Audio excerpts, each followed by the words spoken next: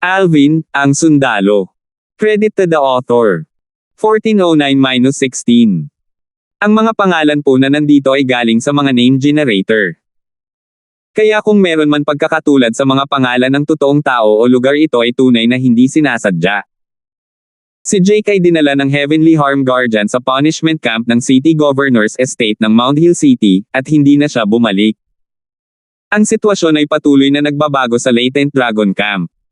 Si Evan, ang unang taong natalo ni Alvin sa mga 13 gangster noong kararating lang niya sa Latent Dragon Camp, ay matagumpay na nakapasok sa Master Immortal Shedding Stage.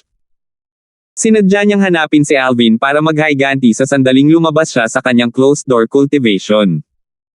Gayunpaman, ganap niyang inalis ang paniwalang iyon nang marinig niya na si Jake ay natalo ni Alvin. Gayunpaman, naging isa siya sa 13 gangster muli sa kanyang lakas, at muling nagbago ang ranking ng 13 gangsters. Bukod sa top 4 na nanatiling hindi nagbabago, pinalitan ni Alvin si Jake at lumipat sa Cottage No. 5. Si Zilong ay lumipat sa Cottage No. 6 habang si Luisa ay lumipat sa Cottage No. 7. Ang may-ari ng Cottage No. 8 na kahoy ay si Larry, at ang Cottage No. 9 na ay kay Evan. Para naman sa may-ari ng Cottage No. 10, ilang beses itong nagbago ng pagmamay-ari sa loob ng buwan. Ito ay nakumpirma lamang matapos ang isa pang miyembro ng Latent Dragon Camp na pumasok sa Master Immortal Shedding Stage. Kasabay nito, nagsimulang kumalat ang balita tungkol kay Alvin na naging disipulo ng City Governor ng Mount Hill City. Sa lumalabas, si Alvin ay naging disipulo na ni Lord City Governor. Dahil si Alvin ay naging disipulo ni Lord City Governor pagkatapos ni Lex at Blaze, ito ay nagpapahiwatig na ang kanyang lakas ay nalampasan si Gaston na nasa rangkang No. 4 sa 13 gangster. Kung alam ni Jake na si Alvin ay naging disipulo ni Lord City Gobernador, hindi siya maglalakas loob na pukawin si Alvin kahit na siya ay mas matapang. Nagbago ang mga bagay. Marahil kahit si Jake ay hindi inaasahan na siya ay mapapatalsik sa Latent Dragon Camp at mapapalayas mula sa City Governor's Estate dahil sa pagpatay sa kanyang malayong pinsan. Nabalitaan ko na kalahating buhay pa lang si Jake nang siya ay paalisin sa City Governor's Estate. Napakasama ng paraan ng paggawa ng mga bagay ng punishment camp. Sa aking opinyon, maswerte siyang nabuhay. Ang lugar ng mga sira-sirang cottage sa Latent Dragon Camp ay masigla gaya ng dati. Dahil natalo ni Alvin si Jake sa isang galaw, si Larry at Zilong ay naging mas maingat kay Alvin. Nang mabalitaan nila na si Alvin ay naging disipulo ni Lord City Gobernador, ganap nilang inalis ang paniwala na gumawa ng isang kaaway kay Alvin. Lalo na si Larry.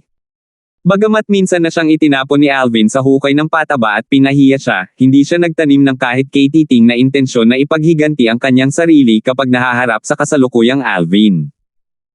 Matapos itaboy si Jake sa Latent Dragon Camp at sa City Governor's Estate, mabilis na lumipas ang isang buwan. Sa araw na ito, umalis sa Cottage No. Isa ang taong nirango sa 13 gangster na si Arnold. Alam ng lahat kung ano ang kanyang gagawin. Bumalik si Arnold makalipas ang isang oras. Bagamat nanatiling malamig ang kanyang mukha, may bakas ng excitement sa kaibuturan ng kanyang mga mata. Sakto namang lumabas si Alvin sa pavilion sa gilid ng mataas na platform upang makita ang kagalakan sa mga mata ni Arnold. Naisip niya sa kanyang sarili, parang nakapasa si Arnold sa pagsusulit ng guro. Pumunta siya sa pavilion para mangolekta ng Saint Stones. Ngayong siya ay nasa ranggo na No. 5 sa 13 gangsters, makakakolekta na siya ng 900 grade 8 Saint Stones bawat buwan. Nang si Alvin ay nakatingin kay Arnold, si Arnold ay nakatingin din sa kanya. Nagpadala siya sa kanya ng mensahe sa pamamagitan ng True Energy Voice Transmission. Alvin. Kahit na mas matanda ka sa akin at naging disipulo ni Master bago ko ginawa, kailangan mo muna akong talunin kung gusto mong tawagin kitang senior brother. Ngumiti lang ng mahina si Alvin bago siya bumalik sa Cottage No. 5. Pagkatapos bumalik sa cottage, kinuha niya ang 7 Treasures Exquisite Pagoda at pumasok ito sa isang pag-iisip at dumiretso sa ikalawang antas. Ipinagpatuloy niya ang paglilinang pagkarating niya doon. Isang layer ng silver luster ang bumabalot sa kanyang katawan na parang nakasuot siya ng silver coat. Ang aking pag-unlad sa paglilinang para sa na-upgrade na bersyon ng Copper Short, ang Silver Short, ay naging smooth sailing. Kasalukuyan akong nasa competent stage. Isang nasisiyahang ngiti ang lumitaw sa mukha ni Alvin. Isang buwan na ang lumipas sa labas ng mundo kahit na 3 buwan na ang lumipas sa loob ng 7 Treasures Exquisite Pagoda. Sa loob ng 3 buwan, matagumpay na nilinang ni Alvin ang Silver Short sa competent stage. Ang competent stage ay ang ikatlong yugto ng isang Saint Grade martial tactic. Ang Silver Short na nilinang sa competent stage ay kasing lakas ng Copper Short na nalinang na hanggang sa ika-5 yugto na siya ring impeccable stage. Pakiramdam ko, kapag naibigay ko na ang Silver Short, lalakas din ang lakas ng aking pisikal na katawan, naisip ni Alvin sa kanyang sarili. Sa isa pang buwan, kalahating taon na ang nakalipas mula nang dumating ako sa City Governor's Estate ng Mount Hill City. Hindi maiwasan ni Alvin na maging sentimental kapag naiisip niya ito. Natural, ang kalahating taon na ibig niyang sabihin ay ang panahon na lumipas sa labas ng mundo. Ayon sa oras sa 7 Treasures Exquisite Pagoda, mas mahaba pa ito. Tama. Tila may naalala si Alvin. Binawi niya ang Silver Short at bumaba mula sa ikalawang antas ng 7 Treasures Exquisite Pagoda patungo sa unang antas. Tumingin si Alvin kay Elder Hal na naka-crosslegged at tumawag, "Elder Hal." "Oo." Sabi ni Elder Hal habang idinilat niya ang kanyang mga mata. "Elder Hal, gusto kong magtanong. Lalago ba ang aking paglaki ayon sa daloy ng panahon sa labas ng mundo o ang 7 Treasures Exquisite Pagoda?" Ito ang naisip ni Alvin kanina.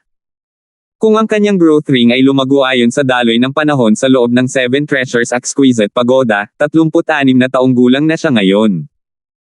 Kung ito ay lumago ayon sa agos ng panahon sa labas ng mundo, siya ay 35 taong gulang pa rin. Noong una niyang nakilala sina Lin Chinrong at Luisa, 25 pa lang siya. Ang iyong mga ring ng paglago ay lumalaki ayon sa daloy ng oras sa labas ng mundo. Ang oras sa labas ay ang default na oras. Maaari mong isipin ito sa ganitong paraan, ang dagdag na oras sa 7 Treasures Exquisite Pagoda ay katumbas ng oras na iyong ninakaw. Hindi ito makakaapekto sa iyong growth rings, sabi ni Elder Hal. Ninakaw. Elder Hal, ang ibig mong sabihin ay nananatiling stagnant ang aking growth ring kapag nasa 7 Treasures Exquisite Pagoda ako. Huminga ng malalim si Alvin, sinusubukang pigilan ang kanyang emosyon. Oo. Tumango si Elder Hal. Mula nang dumating ka sa City Governor's Estate ng Mount Hill City, ang iyong growth rings ay lumago lang sa loob ng kalahating buwan. Iyan ang oras na ginugol mo sa labas ng mundo sa nakalipas na 6 na buwan. Kalahating taon na akong nasa City Governor's Estate ng Mount Hill City. Sa panahong ito, bukod sa 10 araw na lumabas ako, 5 araw lang akong lumabas. Sa katunayan, kalahating buwan lang ako sa outside world. Naningkit ang mga mata ni Alvin habang bumubulong, kung ganoon nga, ibig sabihin ba nito ay mabagal ang paglaki ng aking growth rings? Tama iyan. Tumango si Elder Hal. Ang iyong growth rings ay lumalaki ayon sa daloy ng oras sa labas ng mundo. Kapag ikaw ay nasa 7 Treasures Exquisite Pagoda, ang iyong growth rings ay magiging stagnant. Batay sa katotohanan na gumugol ka lamang ng 15 araw sa labas ng mundo sa nakalipas na 6 na buwan, sa bilis na ito, aabutin ng 12 taon sa labas para lumaki ang iyong growth ring ng isang kompletong singsing at tumanda ng 1 taon, patuloy na sinabi ni Elder Hal. Boom! Ang salita ni Elder Hal ay tumama kay Alvin na parang kidlat. Ilang sandali pa bago siya nakabalik sa katinoan. Batay sa oras na ginugol niya sa labas ng mundo sa nakalipas na 6 na buwan, ang kanyang growth ring ay aabutin ng 12 taon para lumaki ang isa pang singsing. Yan. Nakakaloka. Bumulong si Alvin ng kahoy, kung kalkulahin natin ito sa ganoong paraan, ang aking growth rings ay lalago lamang ng 5 singsing pagkalipas ng 60 taon sa labas ng mundo. Sa oras na iyon, 40 taong gulang pa lang ako. Napaawang ang sulok ng bibig ni Alvin nang maisip niya iyon. Dapat tandaan na ang mga taong wala pang 40 taong gulang ay itinuring na bata sa Dow Marshall Saint Land. Batay sa oras na ginugol niya sa labas ng mundo sa nakalipas na 6 na buwan, kakailanganin pa ba niya ng 60 taon para mawala ang kanyang kabataan? Sa sandaling ito, lubos na nadama ni Alvin kung gaano katangi-tangi ang Seven Treasures Exquisite Pagoda. Hindi nakakagulat na ang Seven Treasures Exquisite Pagoda ay isang nangungunang Celestial Supreme Treasure. Talagang taglay nito ang magandang kapalaran ng langit at lupa, kaya't maaari itong magnakaw ng oras. Sa nakalipas na 6 na buwan, nakainom ako ng 10 2-star sensory pills para mapahusay ang pakiramdam ko sa Heaven and Earth Spirit Energy para tumulong sa aking paglilinang. Halos puno na ngayon ang kasing laki ng itlog na cheesy. Bagamat wala na akong 2-star sensory pills, dapat ko pa ring punuin ang aking cheesy at makalusot sa loob ng 1 buwan sa tulong ng 32 Saint Veins sa aking katawan upang sumipsip ng Heaven and Earth Spirit Energy para sa cultivation, patuloy na pag-ungol ni Alvin sa kanyang sarili. Ang susunod na hakbang ay ang makapasok sa Mastery Mortal Shedding Stage. Kapag nakapasok na siya sa Mastery Mortal Shedding Stage, ang kanyang cheesy ay sasailalim sa panibagong pagbabago at paglaki ng laki. Sa oras na iyon, ang nabago at pinalaki na cheesy ay makakaipon ng higit pang true energy. Bukod doon, pagkatapos na magbago at lumaki ang kanyang cheesy, makakapagbukas na siya ng mas maraming Saint Veins. Ang pagtaas ng Saint Veins ay makakaapekto sa bilis ng transportasyon ng true energy sa kanyang katawan, at sa turn, makakaapekto rin ito sa kanyang lakas. Sa tunay na enerhiya sa aking cheesy ngayon, kung ganap kong ilalabas ang aking lakas gamit ang 32 Saint Veins, tiwala akong matatalo ko ang sinumang martial o Dao cultivator sa Mastery Mortal Shedding Stage nang hindi ginagamit ang silver shirt. Napaisip si Alvin sa kanyang sarili. Sa kasalukuyan, isa lamang siyang martial cultivator sa Intermediate Mortal Shedding Stage. Kapag nalampasan ko na ang Perfection Mortal Shedding Stage, kahit nakakalusot ko pa lang, may tiwala pa rin akong matatalo ang karamihan sa martial at Dao cultivator sa Perfection Mortal Shedding Stage gamit ang silver shirt. Si Alvin ay napuno ng kumpiyansa. Matapos huminga ng malalim para pakalmayan ang sarili, umupo si Alvin na naka-cross-legged sa hangin at nagsimulang magtanim. 9 Dragons War Sovereign Technique, 9 Dragons Form. Habang pinapaikot niya ito sa kanyang katawan ayon sa pamamaraan ng paglilinang, ang Heaven and Earth Spirit Energy sa hangin at Heaven and Earth Spirit Energy sa Saint Stones ay patuloy na nasisipsip sa kanyang katawan. Matapos makapasok ang Heaven and Earth Spirit Energy sa kanyang katawan, dinala ito ng 9 na dragon bago ito nag-transform sa True Energy at isinama sa kanyang cheesy pagkatapos magpaikot ng isang mahusay na chi circuit. Ang dami ng true energy sa kanyang cheesy ay patuloy na tumataas habang patuloy niya itong pinapaikot. Mabilis na lumipas ang 1 buwan sa loob ng Seven Treasures Exquisite Pagoda. Sa oras na ito, sa wakas na puno ng true energy ang cheesy sa pagitan ng mga kilay ni Alvin. Puno na ito ng true energy ngayon. Sa wakas ay masusubukan kong palawakin ang aking cheesy. Nagningning ang mga mata ni Alvin nang buksan niya ito. Pagkatapos noon ay muli siyang pumikit at nagpatuloy sa paglilinang. Kasabay nito, ang dagat chi sa pagitan ng kanyang mga kilay ay napigilan ng patuloy na pagdagsa ng true energy, at patuloy itong lumalawak na parang lobo. 1410. Nang lumaki ang cheesy na parang lobo sa kapasidad nito at sumabog, nakaramdam ng pagkahilo si Alvin. Gayunpaman, kitang-kita sa kanyang mukha ang kagalakan nang mabawi niya ang kanyang katinoan. Naging napakalaki ng cheesy.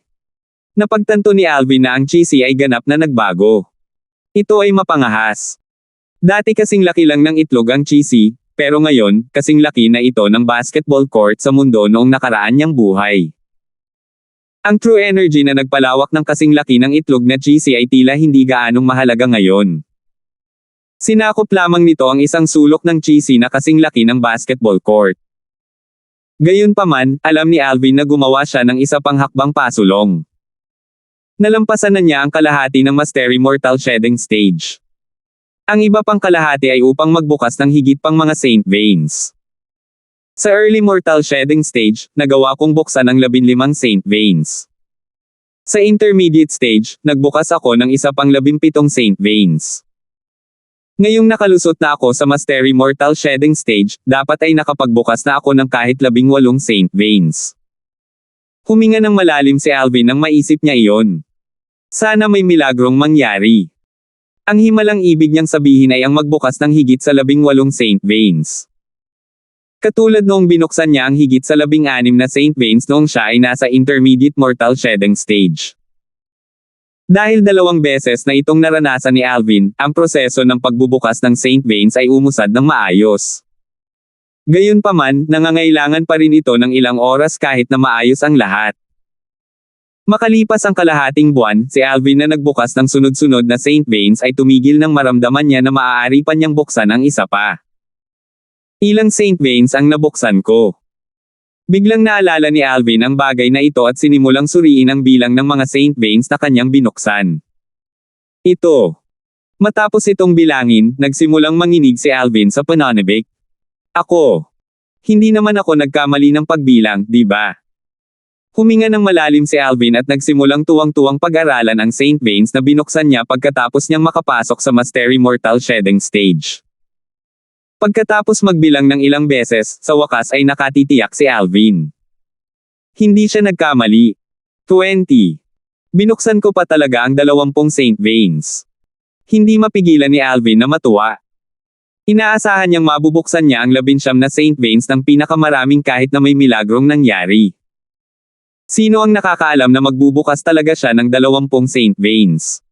Ito ay lampas sa kanyang inaasahan. Bukod pa sa orihinal na 32 Saint Veins na mayroon ako. Ang katawan ko ay may kabuoang 52 Saint Veins ngayon. Dapat pansinin na ang mga ordinaryong tao sa Paramount Mortal Shedding Stage na maaaring magbukas ng higit sa 50 Saint Veins ay itinuturing na may mataas na potensyal na makapasok sa Saint Stage at maging isang powerhouse ng Saint Stage. Si Alvin ay nasa Mastery Mortal Shedding Stage lamang, ngunit nabuksan niya ang 52 Saint Veins. Sa hinaharap kahit na wala ng mga himala. Mabubuksan ko pa rin ang hindi bababa sa 21 Saint Veins kapag naabot ko ang Perfection Mortal Shedding Stage.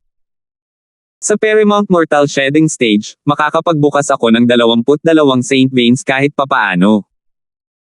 Nang maisip iyon ni Alvin, ang kanyang emosyon na kagagaling lang ay nagsimulang gumalaw muli. Ito rin ay nangangahulugan na mabubuksan ko ang 74 na Saint Veins kahit na wala ng mga himala. Naaalala ko pa, sinabi ni Elder Hal na kahit si Sun Wukong, ang dakilang sage at kapantay ng langit, sa mga sinaunang alamat at alamat mula sa lupa, ay nagbukas lamang ng 73 Saint Veins. Magagawa kong magbukas ng mas maraming Saint Veins kaysa sa kanya. Nagulat si Alvin. Bagamat hindi ibig sabihin na ang mga taong makakapagbukas ng mas maraming Saint Veins ay tiyak na matatalo ang mga hindi gaanong nagbukas, nadama pa rin ni Alvin na mapapanalo niya ang Sun Wukong sa aspetong iyon. Sa puntong ito, lalong naging excited si Alvin. Ito ay natural lamang. Sa kasalukuyan, siya ay nasa Mastery Mortal Shedding Stage lamang, ngunit ang bilang ng mga Saint Veins sa kanyang katawan ay higit pa kaysa sa iba pang mga martial at Dao cultivators sa Paramount Mortal Shedding Stage. Sa kasalukuyan, kakailanganin lamang niya ng ilang sandali upang dalhin ang true energy mula sa kanyang chi patungo sa ibabaw ng kanyang katawan. Sa isang pag-iisip lang, lumitaw kaagad ang true energy. Silver Shirt. Sa isang pag-iisip lang, ang true energy sa chi ni Alvin ay agad na dumaan sa lahat ng 52 Saint Veins sa kanyang katawan na parang nakasuot siya ng silver coat. Sa susunod na sandali, bigla siyang naglabas ng suntok, at ang true energy ay bumaril na parang dragon. Nabangga ito sa pader sa di kalayuan, na nagdulot ng sunod-sunod na pagsabog. Sa buong proseso, tila sumikip ang hangin sa kalagayan ng dakilang dragon. Napakalakas. Nagliwanag ang mga mata ni Alvin. Sa aking kasalukuyang lakas, hindi gaanong martial at Dao cultivator sa Perfection Mortal Shedding Stage ang aking katapat kahit na hindi ako gumagamit ng Strange Pupil. Hindi ako natatakot kahit na kailangan kong labanan si Loki. Ang disipulo ng City Governor ng Mount Hill City, ang cultivation base ni Loki ay nasa tuktok ng Perfection Mortal Shedding Stage. Mahigit 1 buwan na ang nakalipas, natalo niya ang taong nirerango ang No. Isa sa 13 gangsters ng Latent Dragon Camp, si Arnold, sa 3 hakbang lang. Halata ang lakas niya. Pagkatapos ng pambihirang tagumpay, si Alvin ay nagtanim ng isa pang kalahating buwan. Bilang karagdagan sa pagpapatatag ng kanyang cultivation base sa Mastery Mortal Shedding Stage, nag-imbak din siya ng mas maraming true energy sa kanyang chi na kasing laki ng basketball court. May 10 araw pa sa labas ng mundo hanggang sa araw na makakakolekta ako ng Saint Stones. 10 araw pa sa outside world ay katumbas ng 1 buwan sa 7 Treasures Exquisite Pagoda. Sapat na para sa akin na linangin ang aking martial tactics at mga galaw. Sa sumunod na buwang iyon, nagsimulang linangin ni Alvin ang paglipat sa Saint Grade Martial Tactic, Colossal Aerolite Arrow. Pangunahin niyang nilinang ang nakakasakit na hakbang, Aerolite Strike, at ang diskarte sa paggalaw, Body at Arrow Synchronization. Ang Aerolite Strike ay halos ang pinakamalakas na offensive na ginawa ni Alvin sa kanyang arsenal ngayon. Sa kabilang banda, ang Body and Arrow Synchronization ang pundasyon sa pag-maximize ng kanyang bilis. Sa wakas na kalusot. Makalipas ang 1 buwan, tumigil si Alvin sa paglilinang. Kitang-kita sa mukha niya si Joy. Nagbunga ang kanyang pagsusumikap. Dahil sa kanyang patuloy na pagsusumikap, ang nakakasakit na galaw mula sa Colossal Aerolite Arrow, ang Aerolite Strike, ay sa wakas ay umabot na sa competent stage. Ang competent stage ay ang ikatlong yugto ng isang Saint Grade Martial Tactic. Ang Colossal Aerolite Arrow ay isang human rank primitive Saint Grade Martial Tactic. Ang lakas ng offensive move, ang Aerolite Strike, ay higit na nakahihigit kumpara sa offensive move ng human rank mediocre o prominent Saint Grade Martial Tactic. Alinsunod dito, ang Aerolite Strike sa ikatlong yugto nito, ang competent stage, ay maihahambing sa nakakasakit na hakbang ng human rank mediocre Saint Grade Martial Tactic sa 5th stage nito, na isa ring impeccable stage. Sa Mount Hill City, natatakot ako na walang sinuman, maliban sa guro, ang makakatagpo ng human rank primitive Saint Grade Martial Tactic. Malaki ang posibilidad na kahit si Loki ay hindi inang ng human rank primitive Saint Grade Martial Tactic, kumikinang ang mga mata ni Alvin habang iniisip niya ang sarili, sigurado akong matatalo niya ako sa paraang hindi niya matatalo. Stage. Ang tagumpay ng nakakasakit na hakbang sa Colossal Aerolite Arrow, ang Aerolite Strike, ay nagbigay kay Alvin ng napakalaking kumpiyansa. Maliban na lang kung ang Perfection Mortal Shedding Stage na Saint Beasts o Wild Beast na may nakakabaliw na malalakas na pisikal na katawan, hindi dapat may mga tao sa Perfection Mortal Shedding Stage na katapat ko, bulong ni Alvin sa sarili habang lumalago ang kanyang kumpiyansa. Sa kasamaang palad, ang Body and Arrow Synchronization ay walang anumang breakthrough. Kung hindi, ang aking lakas ay uunlad sa ibang antas, naisip ni Alvin sa kanyang sarili. Ang kasabihang, mas malaki ang mata ng isang tao kaysa sa tiyan ng isa, perpektong inilarawan si Alvin sa sandaling ito. Kukunin ko ngayon ang aking mga Saint Stones. Sa isang pag-iisip lang, iniwan ni Alvin ang 7 Treasures Exquisite Pagoda at lumabas ng cottage, nakakaramdam ng kaginhawaan, habang papunta siya sa pavilion sa tabi ng mataas na platform upang kunin ang kanyang mga Saint Stone. Matapos matanggap ang Saint Stones mula sa Heavenly Harm Guardian, nagpasalamat si Alvin sa kanya bago siya tumalikod para umalis. Itong si Alvin ay tila medyo naiiba kumpara noong nakaraang buwan. Gayunpaman, hindi ko masabi kung ano ang pagkakaiba. Umiling ang Heavenly Harm Guardian habang nakatingin sa likod ni Alvin. Oh, tama. Muntik ko nang makalimutan. Ang Heavenly Harm Guardian ay tila may naalala. Ang kanyang mga mata ay kumikinang habang nagpadala siya ng True Energy Voice Transmission palabas ng pavilion sa mga tainga ni Alvin. Alvin, ang Panginoong Gobernador ng lungsod ay nag-utos para sa iyo na magtanim sa tabi niya pagkatapos mong lumabas sa iyong sarado na pagtatanim. Sa kasalukuyan, sina Arnold, Lex, at Blaze ay naglilinang sa panig ng Lord City Governor, paalala sa kanya ng Heavenly Harm Guardian. Naglilinang sa tabi ng guro. Natigilan si Alvin. Lumingon siya para tingnan ang Heavenly Harm Guardian sa pavilion habang nagtanong siya sa pamamagitan ng True Energy Voice Transmission, ibig mong sabihin, maaari akong pumasok at lumabas ng Latent Dragon Camp ayon sa gusto ko.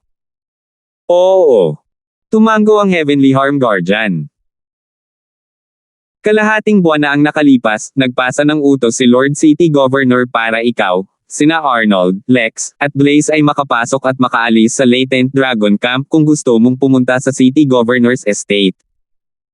Hindi ko inaasahan na ang pagtanggap sa gurong ito ay magbibigay sa akin ng benepisyong ito. Bahagyang ngumiti si Alvin bago siya umalis sa Latent Dragon Camp para hanapin ang kanyang guro, ang City Governor ng Mount Hill City. Bilang city gobernador ng Mount Hill City, mayroon siyang malaking independenteng mansyon na may harap na bakuran at likod bahay na kasing laki ng isang standard-sized na football field sa city governor's estate. Yumuko si Alvin at binati ang city governor ng Mount Hill City nang makita niya itong muli, "Teacher." Ang 3 taong nakatayo sa likod ng city governor ng Mount Hill City ay bahagyang nagbago ng kanilang ekspresyon nang marinig nila ang paraan ng pakikipag-usap ni Alvin sa city governor ng Mount Hill City. Dapat pansinin na lahat sila ay hinarap ang city governor ng Mount Hill City bilang master. Guro at guro sa pangkalahatan ay may parehong kahulugan. Gayunpaman, maaaring ibang-iba sila kung titingnan ito ng isa. Sa pangkalahatan, ang mga alagad lamang sa pangalan ang gagamit ng terminong guro. Gayunpaman, sa pagkakaalam nila, ang pagtrato ni Alvin sa city governor's estate ay walang pinagkaiba sa kanila. Hindi siya mukhang alagad sa pangalan. Manam. Nang tumugon ng nakangiti ang city governor ng Mount Hill City, sa wakas ay napansin ni Alvin ang 3 tao na nakatayo sa likuran niya. Sila ang nangungunang 3 tao sa 13 gangsters, Arnold, Lex, at Blaze. Sinasabi ko lang sa kanila ang tungkol sa martial tactics and moves. Dumating ka sa tamang oras. Sabi ng city governor ng Mount Hill City. Oo. Tumango si Alvin. Kasunod nito, nakinig si Alvin at ang 3 pa sa city governor ng Mount Hill City habang ipinapaliwanag niya ang mga uri ng mga galaw ng Saint Grade martial tactics. Dapat sabihin na bilang isang powerhouse ng Saint Rudiment Stage, ang city governor ng Mount Hill City ay may kakaibang pananaw sa bagay na iyon. 1411. Matapos pakinggan ni Alvin ang paliwanag ng city governor ng Mount Hill City, nagkaroon siya ng bagong pangunawa sa mga galaw ng Saint Grade martial tactics. Dapat pansinin na ang Saint Grade martial tactic na natutunan niya noon ay sa pamamagitan ng mga santotokan. Ang mga bagay na natutunan niya ay matibay at hindi gaanong maliwanag kumpara sa inilarawan ng city governor ng Mount Hill City. Hindi katakataka na napakaraming tao ang gustong humanap ng master kahit na may mga santo token sa Dao Martial Saint Land. Ang paghahanap ng master ay higit pa sa paghahanap ng proteksyon, ito rin ay para mapahusay ang kanilang lakas, naisip ni Alvin sa kanyang sarili. Si Alvin ay hindi nagmamadaling bumalik sa Latent Dragon Camp. Sa halip ay nanatili siya sa city governor ng Mount Hill City. Walang kulang sa city governor ng Mount Hill City's manor. Bukod dito, mayroon itong mas magandang cultivation environment kumpara sa Latent Dragon Camp. Ayon sa mga salita ni Blaze, ayaw na niyang bumalik sa Latent Dragon Camp pagkatapos na manatili dito ng ilang araw. Isang araw, tinawag ng city gobernador ng Mount Hill City si Alvin at ang 3 pang nauna sa kanya at sinabing, "Ngayon, kayong 4 ay makikipagsapalaran sa harap ko.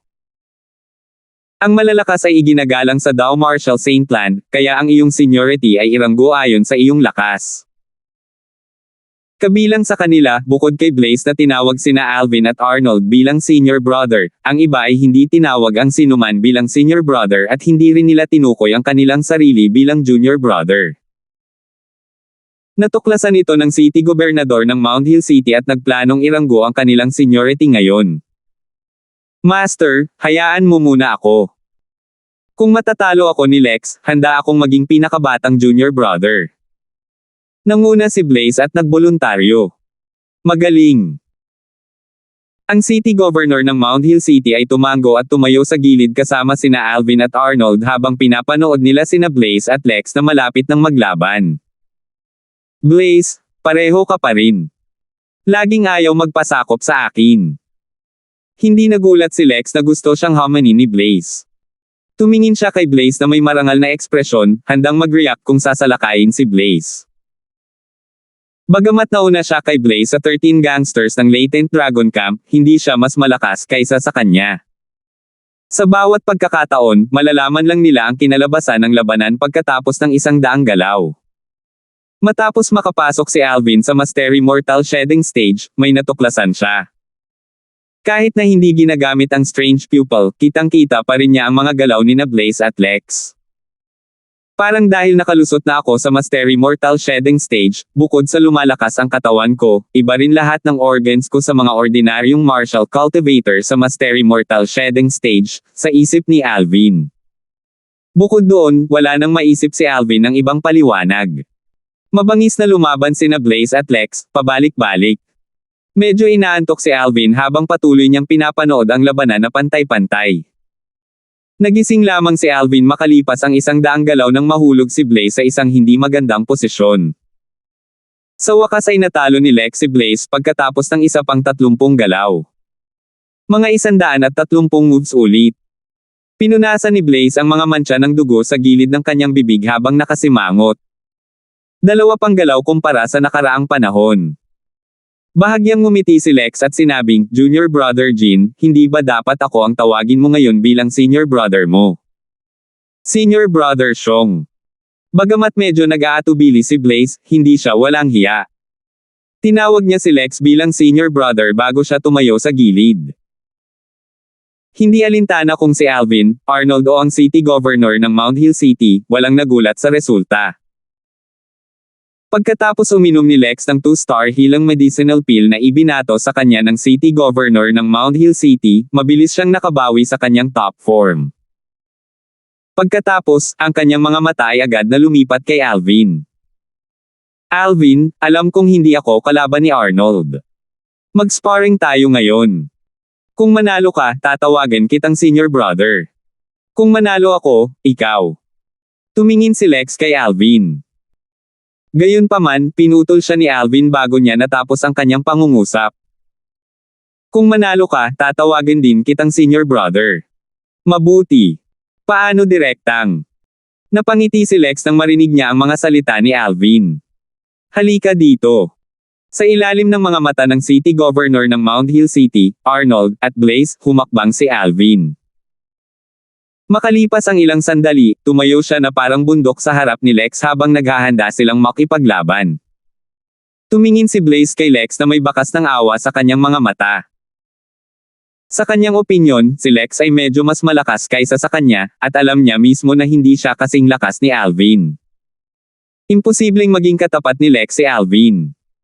Nakikinita na niya ang eksena ng pagkatalo ni Lex ni Alvin. Gayunpaman, ang sumunod na nangyari ay lampas sa kanyang inaasahan. Hindi lang siya, maging ang City Governor ng Mount Hill City at Arnold ay nagulat din. Sa ilalim ng kanilang mapagbantay na mga mata, si Alvin ay tumayo ng mahabang panahon. Sa wakas, unang umatake si Lex. Bagamat si Lex ay niranggo sa no. 2 sa 13 gangster, hindi siya nang ahas na magpabeye sa paligid ni Alvin dahil kahit si Blaze ay umamin na hindi siya kasing galing niya. Nang umatake siya, walang pigil siyang nagpakawala ng lakas. Gayunpaman, pinasabog pa rin siya ni Alvin na biglang nawala sa kanyang paningin kahit na nailabas na niya ang kanyang buong lakas. Sa ilang sandali bago siya sabog, isang kislap lang ang nakita niya sa harap ng kanyang mga mata bago lumitaw si Alvin isang itapon lang ng bato sa kanyang harapan. Sa isang segundo lang, dama po ang kamao ni Alvin sa kanyang katawan. Ang suntok na iyon ay nagpanginig sa kanyang katawan, at siya ay lumipad palabas na parang isang pana. Ang kamao ni Alvin ay parang isang sledgehammer na bumagsak sa kanyang dibdib at mga laman loob. Matapos ang mga ulap at ambon ay naanod sa kalangitan, sa wakas ay nahulog sa lupa si Lex sa isang nakakahiyang paraan. Ito ay isang halatang pagkatalo. Katahimikan. Nakakamatay na katahimikan ang buong lugar. Ang mapurol na paghinga ni Lex ang tanging naririnig. Kahanga-hanga. Nang makabawi si Blaze, nagbigay siya ng thumbs up kay Alvin.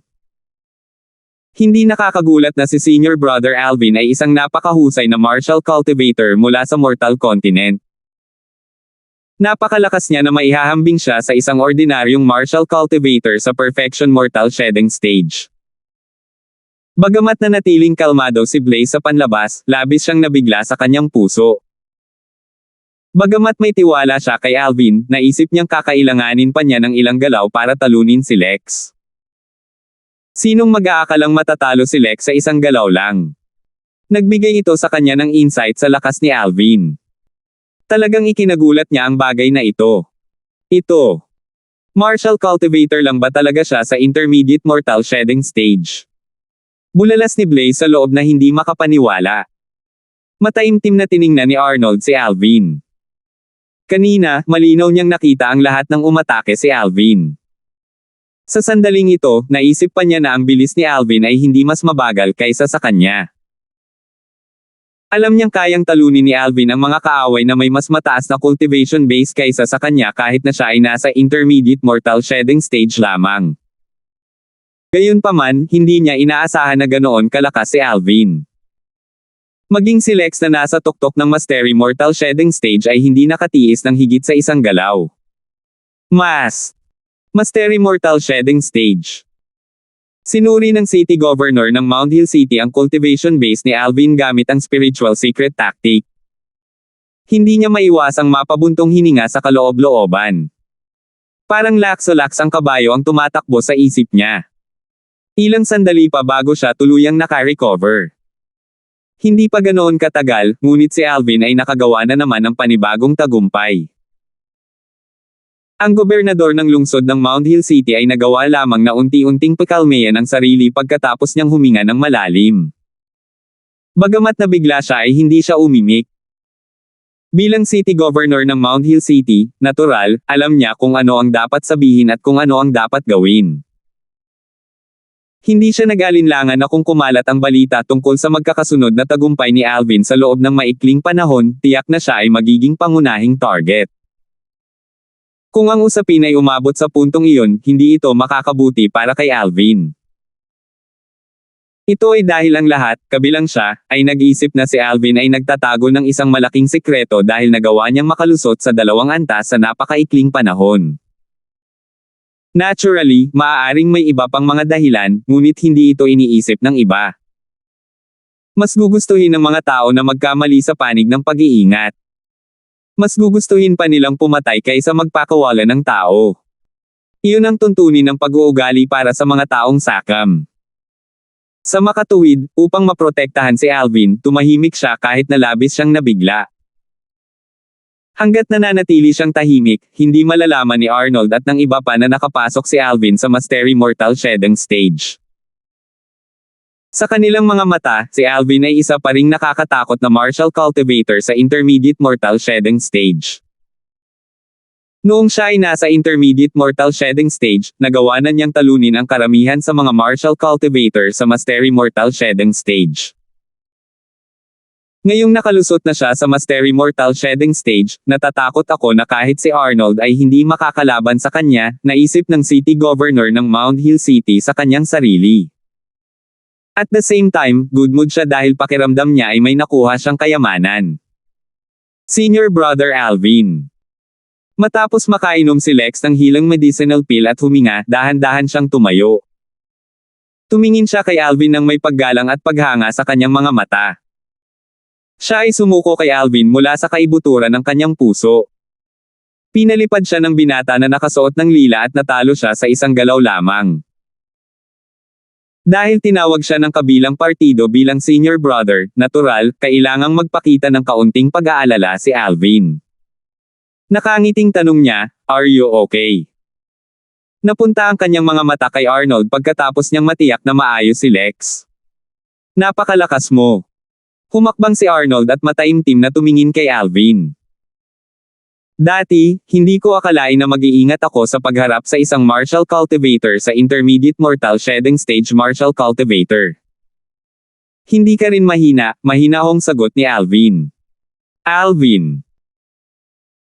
Sa sandaling ito, ang boses ng City Governor ng Mount Hill City ay umalangaw-ngaw sa mga tainga ni Alvin sa isang napapanahong paraan sa pamamagitan ng True Energy Voice Transmission, huwag ilantad ang iyong cultivation base sa Mastery Mortal Shedding Stage ng ganoon kadali.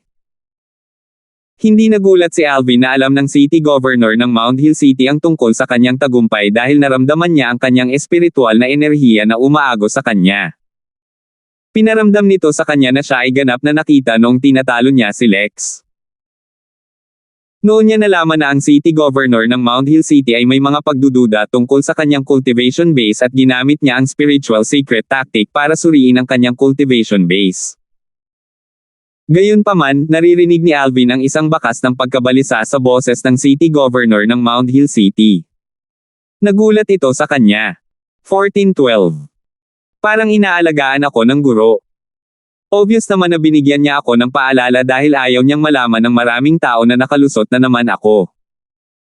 Truth be told, hindi pa ganoon katagal simula nung nakalusot ako sa intermediate mortal shedding stage. Kung kumalat ang balita tungkol sa aking kasalukuyang tagumpay sa Mastery Mortal Shedding Stage, maaaring magdulot ito ng hindi kinakailangang gulo. Kung tutuusin, ang bilis ng aking mga tagumpay ay masyadong mapangahas. Naunawaan ni Alvin ang mabuting hangarin ng City Governor ng Mount Hill City. Nakaramdam siya ng init. Kung medyo insincere siya noong hinarap niya ang City Governor ng Mount Hill City bilang teacher, then now, he really treated the City Governor of Mount Hill City as his teacher. Ang City Governor ng Mount Hill City ay ang pangalawang tao na taos-pusong itinuring ni Alvin bilang kanyang guro mula noong siya ay dumating sa mundong ito. Para sa unang tao, ito ay si Charlie ng Cloud Continent. Si Charlie ay dating din ng Paladin Academy ng Crimson Sky Kingdom. Inilipat ito ni Alvin sa Ling Tian Sect bago siya umalis sa Overseas Saint Islands. Noon pa man ay itinuturing ni Alvin si Charlie bilang kanyang guro kahit na siya ay kasalukuyang milyon-milyong beses na mas malakas kaysa kay Charlie. Ito ay hindi dahil tinuruan niya siya ng maraming bagay. Sa kabaligtaran, halos wala siyang itinuro sa kanya.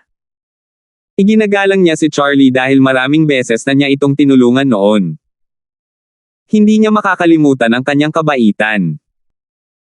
Sa kasalukuyan, ang posisyon ng City Governor ng Mount Hill City sa puso ni Alvin ay tumaas ng malaki kahit na hindi pa rin ito maihahambing kay Charlie.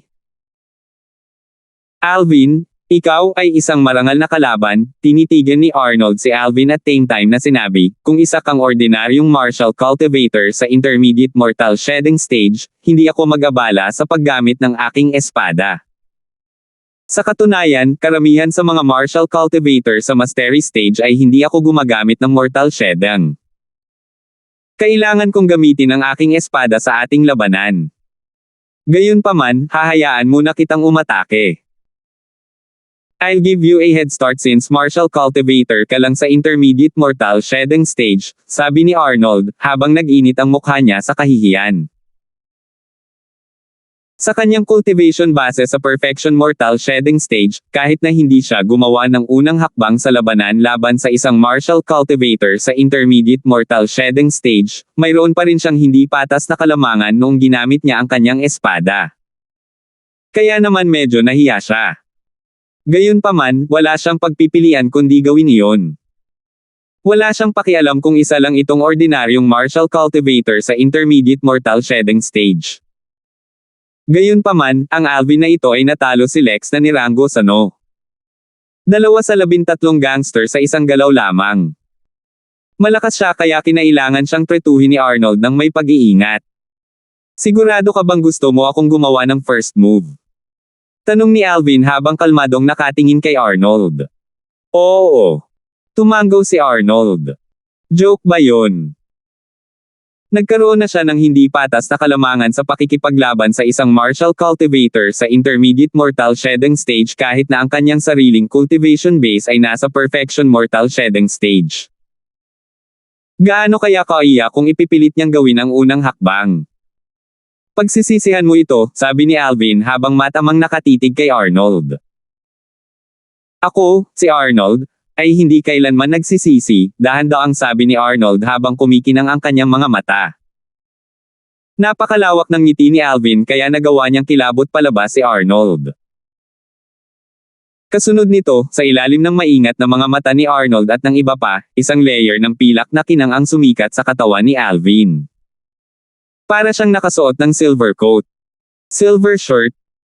Nagliwanag ang mga mata ng City Governor ng Mount Hill City nang makita niya ang pilak na kinang sa balat ni Alvin. Malinaw na nakilala niya ang defensive move na ginagamit ni Alvin. At muli, ang human rank mediocre Saint Grade martial tactic na naglalaman ng silver shirt ay isa sa Saint Grade martial tactics na makukuha sa Merit Pavilion ng City Governor's Estate. Bilang City Governor ng Mount Hill City, natural na alam niya iyon. Matapos ihagis ni Alvin ang silver shirt, itinaas niya ang kanyang kaliwang kamay, at lumitaw ang sun shooting bow. Kasunod nito, ang true energy ay bumaril mula sa kanyang kanang kamay at naging isang arrow, at idinikit niya ito sa sun shooting bow.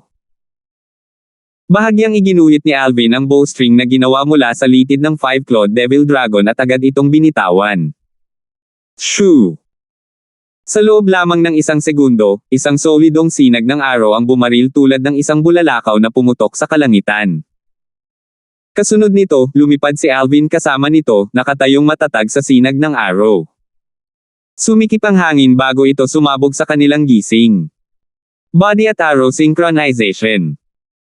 Napakabilis ni Alvin kaya hindi naabutan ni Lex at Blaze na nakatayo sa gilid ang kanyang mga galaw. Napakabilis. Nanlaki ang mga mata ng City Governor ng Mount Hill City sa gulat. Bagamat alam niyang ang cultivation base ni Alvin ay nakalusot na sa Mastery Mortal Shedding Stage at hindi mas mahina kaysa sa isang Martial o Daw Cultivator sa Perfection Mortal Shedding Stage, hindi niya inaasahan na ganoon kabilis ang kanyang arrow. Kahit ang isang arrow na ipinutok ng isang Martial Cultivator sa tuktok ng Perfection Mortal Shedding Stage sa kanyang buong lakas ay hindi magiging ganoon kabilis. Bumilis ang tibok ng puso ng City Governor ng Mount Hill City. Napakabilis. Bilang kasali sa partido, pinagsisihan ni Arnold ang kanyang napili sa sandaling ipinutok ni Alvin ang palaso. Sa kasamaang palad, walang silbi ang pag-iyak sa natapong gatas. Akmang lilipat na siya sa gilid, ang mga kamay niya ay dumampi sa hilt ng espada sa kanyang likod, natuklasan niya ang figure na medyo malayo-layo pa kanina ay dumating sa harapan niya. Bang! Bago pa man siya makapag-react, pinaalis na si Arnold ng suntok ni Alvin, katulad ni Lex. Hindi tulad ni Lex na bumagsak sa lupa sa isang nakakahiyang paraan, nagawa ni Arnold na bumangon sa kanyang mga paa kahit na ang kanyang katawan ay umindayog, at siya ay namumutla. Bigla siyang nagluwa ng isang bibig ng dugo. Mukha siyang nakakita ng multo nang tumingin muli kay Alvin. Bagamat inaasahan niya na ang lakas ni Alvin ay maihahambing sa isang ordinaryong Martial Cultivator sa Perfection Mortal Shedding Stage, hindi niya inaasahan na ganoon kalakas siya. Sa sandaling gumawa siya ng unang hakbang, hindi na kinailangan pa ni Arnold na iwasan ito o ilabas ang kanyang espada. Siya!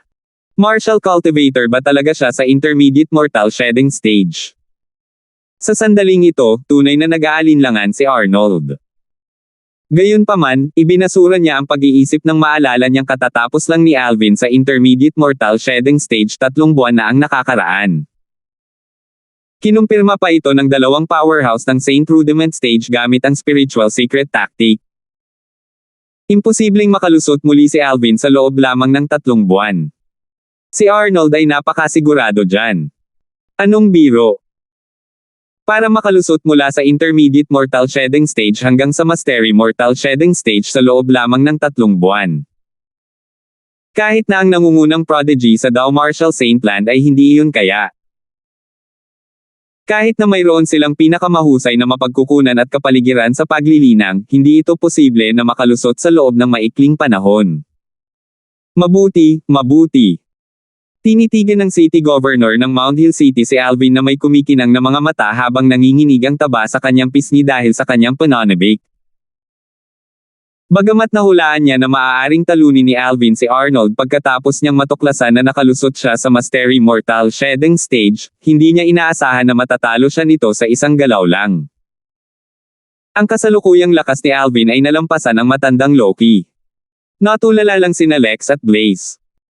Nakatayo sila ng nakaugat sa kanilang mga butik, at tumagal sila ng ilang sandali bago sila nanambalik sa kanilang katinoan. Bagamat alam nilang malakas si Alvin, hindi nila inaasahan na ganoon kalakas siya. Nagkaroon siya ng kalamangan sa unang pag-strike, at natalo niya si Arnold bago pa man siya magkaroon ng oras para mag-react. Natalo niya si Senior Brother Arnold sa isang galaw. Ibig sabihin ba nito ay mas malakas si Alvin kaysa kay Senior Brother Loki? Bumulong si Blaze pagkatapos huminga. Oo. Kahit si Senior Brother Loki ay nangangailangan ng 3 galaw para talunin si Senior Brother Arnold. Tumango si Lex. Parehong si Lex at Blaze ay tunay na sumuko sa lakas ni Loki. Sure sapat. Kung gagamitin ko ang silver shirt, kasama ang lakas ng aking pisikal na katawan, at ganap kong ilalabas ang aking lakas, malalampasan nito ang isang tao sa tuktok ng Perfection Mortal Shedding Stage. Nauna rito, agad na nagawang talunin ni Alvin si Arnold dahil nagkaroon siya ng kalamangan sa pag-strike muna at pinakawalan ng halos lahat ng kanyang lakas. Sa aking kasalukuyang lakas, maaari kong labanan ang isang martial o Dao cultivator na kakapasok lang sa Paramount Mortal Shedding Stage. Naturally, magiging mahirap pa rin para sa akin na manalo. Alam ni Alvin ang kanyang sariling lakas sa bagay na ito. Ang Perfection Mortal Shedding Stage ay hindi maihahambing sa Paramount Shedding Stage. Kung ito ang lumang Loki, hindi siya magiging tugma para kay Alvin. Gayunpaman, si Loki ay nakalusot lamang sa Paramount Mortal Shedding Stage kalahating buwan lamang ang nakalipas, sinabi ng City Governor ng Mount Hill City na may ngiti nang marinig niya ang mga salita nina Blaze at Lex. Ang mga salita ng City Governor ng Mount Hill City ay nagyelo sa Arnold, Lex, at Blaze. Nakapasok na si Senior Brother Loki sa Paramount Mortal Shedding Stage. Nakapasok siya sa Paramount Mortal Shedding Stage bago siya naging 40. Oh, Diyos! Anong uri ng likas na talento iyon? Sa pagkakaroon ng likas na talento, maaari siyang ituring bilang isang first-rate monstrous prodigy kahit na sa Moon Illumination Sect.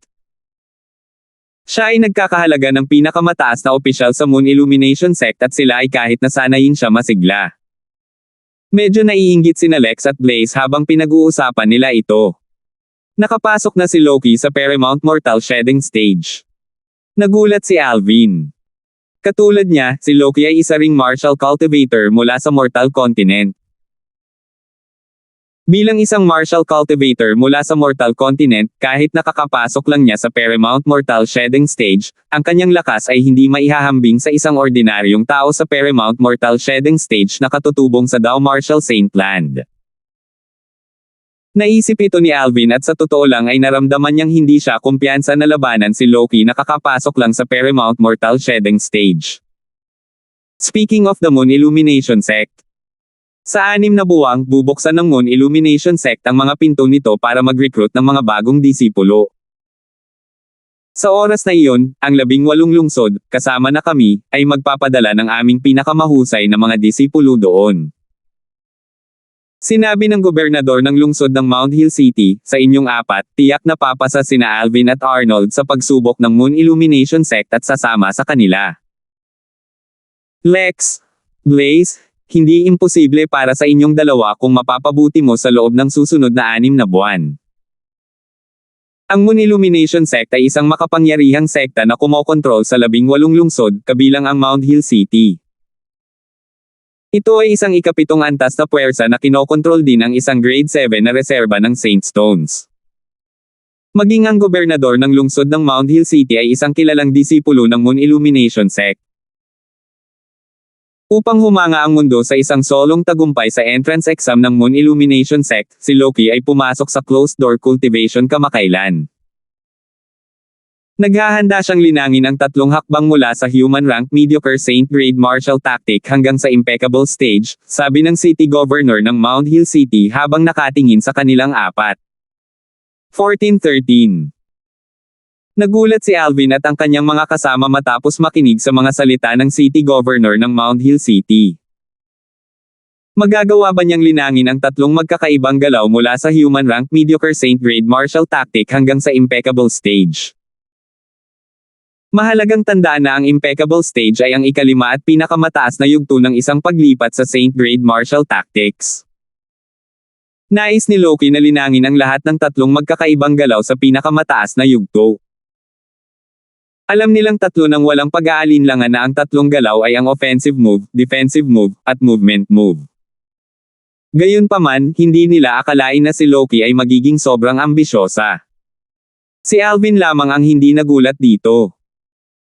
Ito ay dahil si Alvin ay naglilinang din ng isang human rank prominent Saint grade martial tactic art. Higit pa rito, ang human rank prominent Saint grade martial tactic na kanyang nililinang ay hindi isang run-of-the-mill human rank prominent Saint grade martial tactic. Ang human rank prominent Saint grade martial tactic na kanyang nililinang ay may napakalakas na defensive move na maihahambing sa defensive move ng isang earth rank Saint grade martial tactic. Tanging ang mga powerhouse ng Saint stage ang nakagawa ng earth rank Saint grade martial tactics. Sa makatuwid, hanggat nagawa niyang matagumpay na linangin ang pagtatanggol na hakbang na iyon, ang kanyang depensa ay hindi malalampasan ng sinuman sa ilalim ng stage ng Saint. Hanggat ginamit niya ang kanyang true energy at ang defensive move na iyon, walang sinuman sa kanyang mga kapantay, kahit sila ay isang martial cultivator o isang Dao cultivator, ang maaaring tumago sa kanyang depensa. Maaaring isipin ng isa kung gaano kalakas ang isang hakbang na maihahambing sa isang earth rank Saint grade martial move.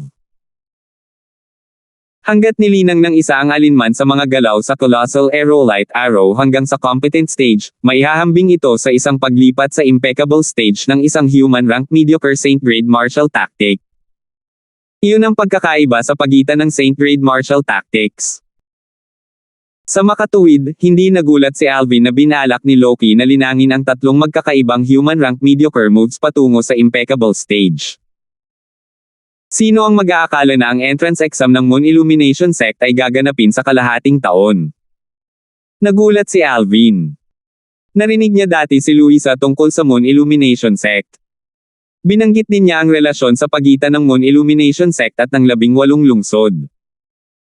Sa makatuwid, nagulat na lamang siya na gaganapin ang entrance exam sa loob ng 6 na buwan. Alvin, mas matalino ka pa kay Loki. Magsikap ka. Naniniwala akong makakamit mo ang mga kamangha-manghang bagay sa Moon Illumination Sect sa hinaharap. Ang City Governor ng Mount Hill City ay nakipag-ugnayan kay Alvin sa pamamagitan ng True Energy Voice Transmission. Malaki ang tiwala niya sa kakayahan ni Alvin. Oo, Guru. Magsusumikap pa ako. Tumanggo si Alvin. Mas sincero ngayon si Alvin nang magsalita siya sa City Governor ng Mount Hill City bilang guro. Okay. Nakangiting tumango ang City Governor ng Mount Hill City. Siya ay lubos na kumpiyansa at optimistiko tungkol kay Alvin. Nais kong umalis sa estate ng City Governor para sa ilang personal na mga bagay, guro, sabi ni Alvin sa City Governor ng Mount Hill City nang siya ay babalik na sa kanyang silid sa gabi. Inaprubahan ng City Governor ng Mount Hill City ang kanyang kahilingan ng walang salita. Umalis si Alvin sa estate habang unti-unting lumulubog ang araw sa abot tanaw, hawak ang isang maliit na jade tablet na kakabigay lang sa kanya ng City Governor ng Mount Hill City. Tinipon ng City Governor ng Mount Hill City si Arnold at ang 2 pang tao pagkatapos umalis ni Alvin sa estate. Kayong tatlo. Huwag kayong magkalat ng balita tungkol sa lakas ni Alvin. Naiintindihan mo ba? Ang City Governor ng Mount Hill City ay same time na nagsabi kay Arnold at sa 2 pang tao. Kung ang isang puno ay mas mataas kaysa sa canopy, tiyak na masisira ito ng malakas na hangin. Hindi siya nangahas na maging pabaya dahil may higit kalahating taon pa bago ang entrance exam ng Moon Illumination Sect. Natural, hindi siya nag-aalala na may mahihirapan kay Alvin sa Mount Hill City. Iyon ang magiging biro ng siglo. Kung may nangyaring aksidente sa alagad ng City Governor ng Mount Hill City sa Mount Hill City, dapat lang na maghanap siya ng tofu at gamitin ito para magpakamatay. Ang kompetisyon sa pagitan ng 18 lungsod na pinamamahalaan ng Moon Illumination Sect ay lubhang mahigpit.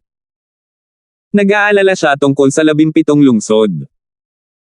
Kung alam nilang may isa pang henyo, bukod kay Loki, na lumitaw, malamang nasusubukan sila ng 17 lungsod at sabotahe sila.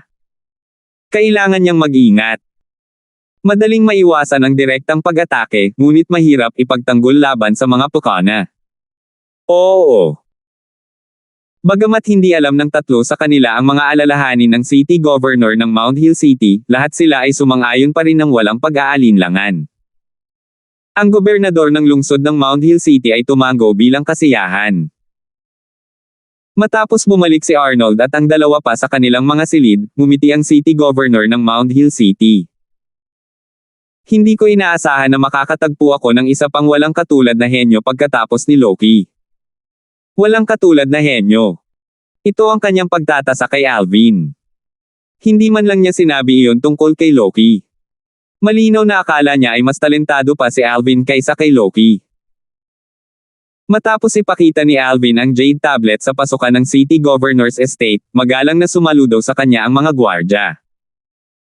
Napatahimik na lang sila pagkatapos niyang umalis sa gate ng City Governor's Estate.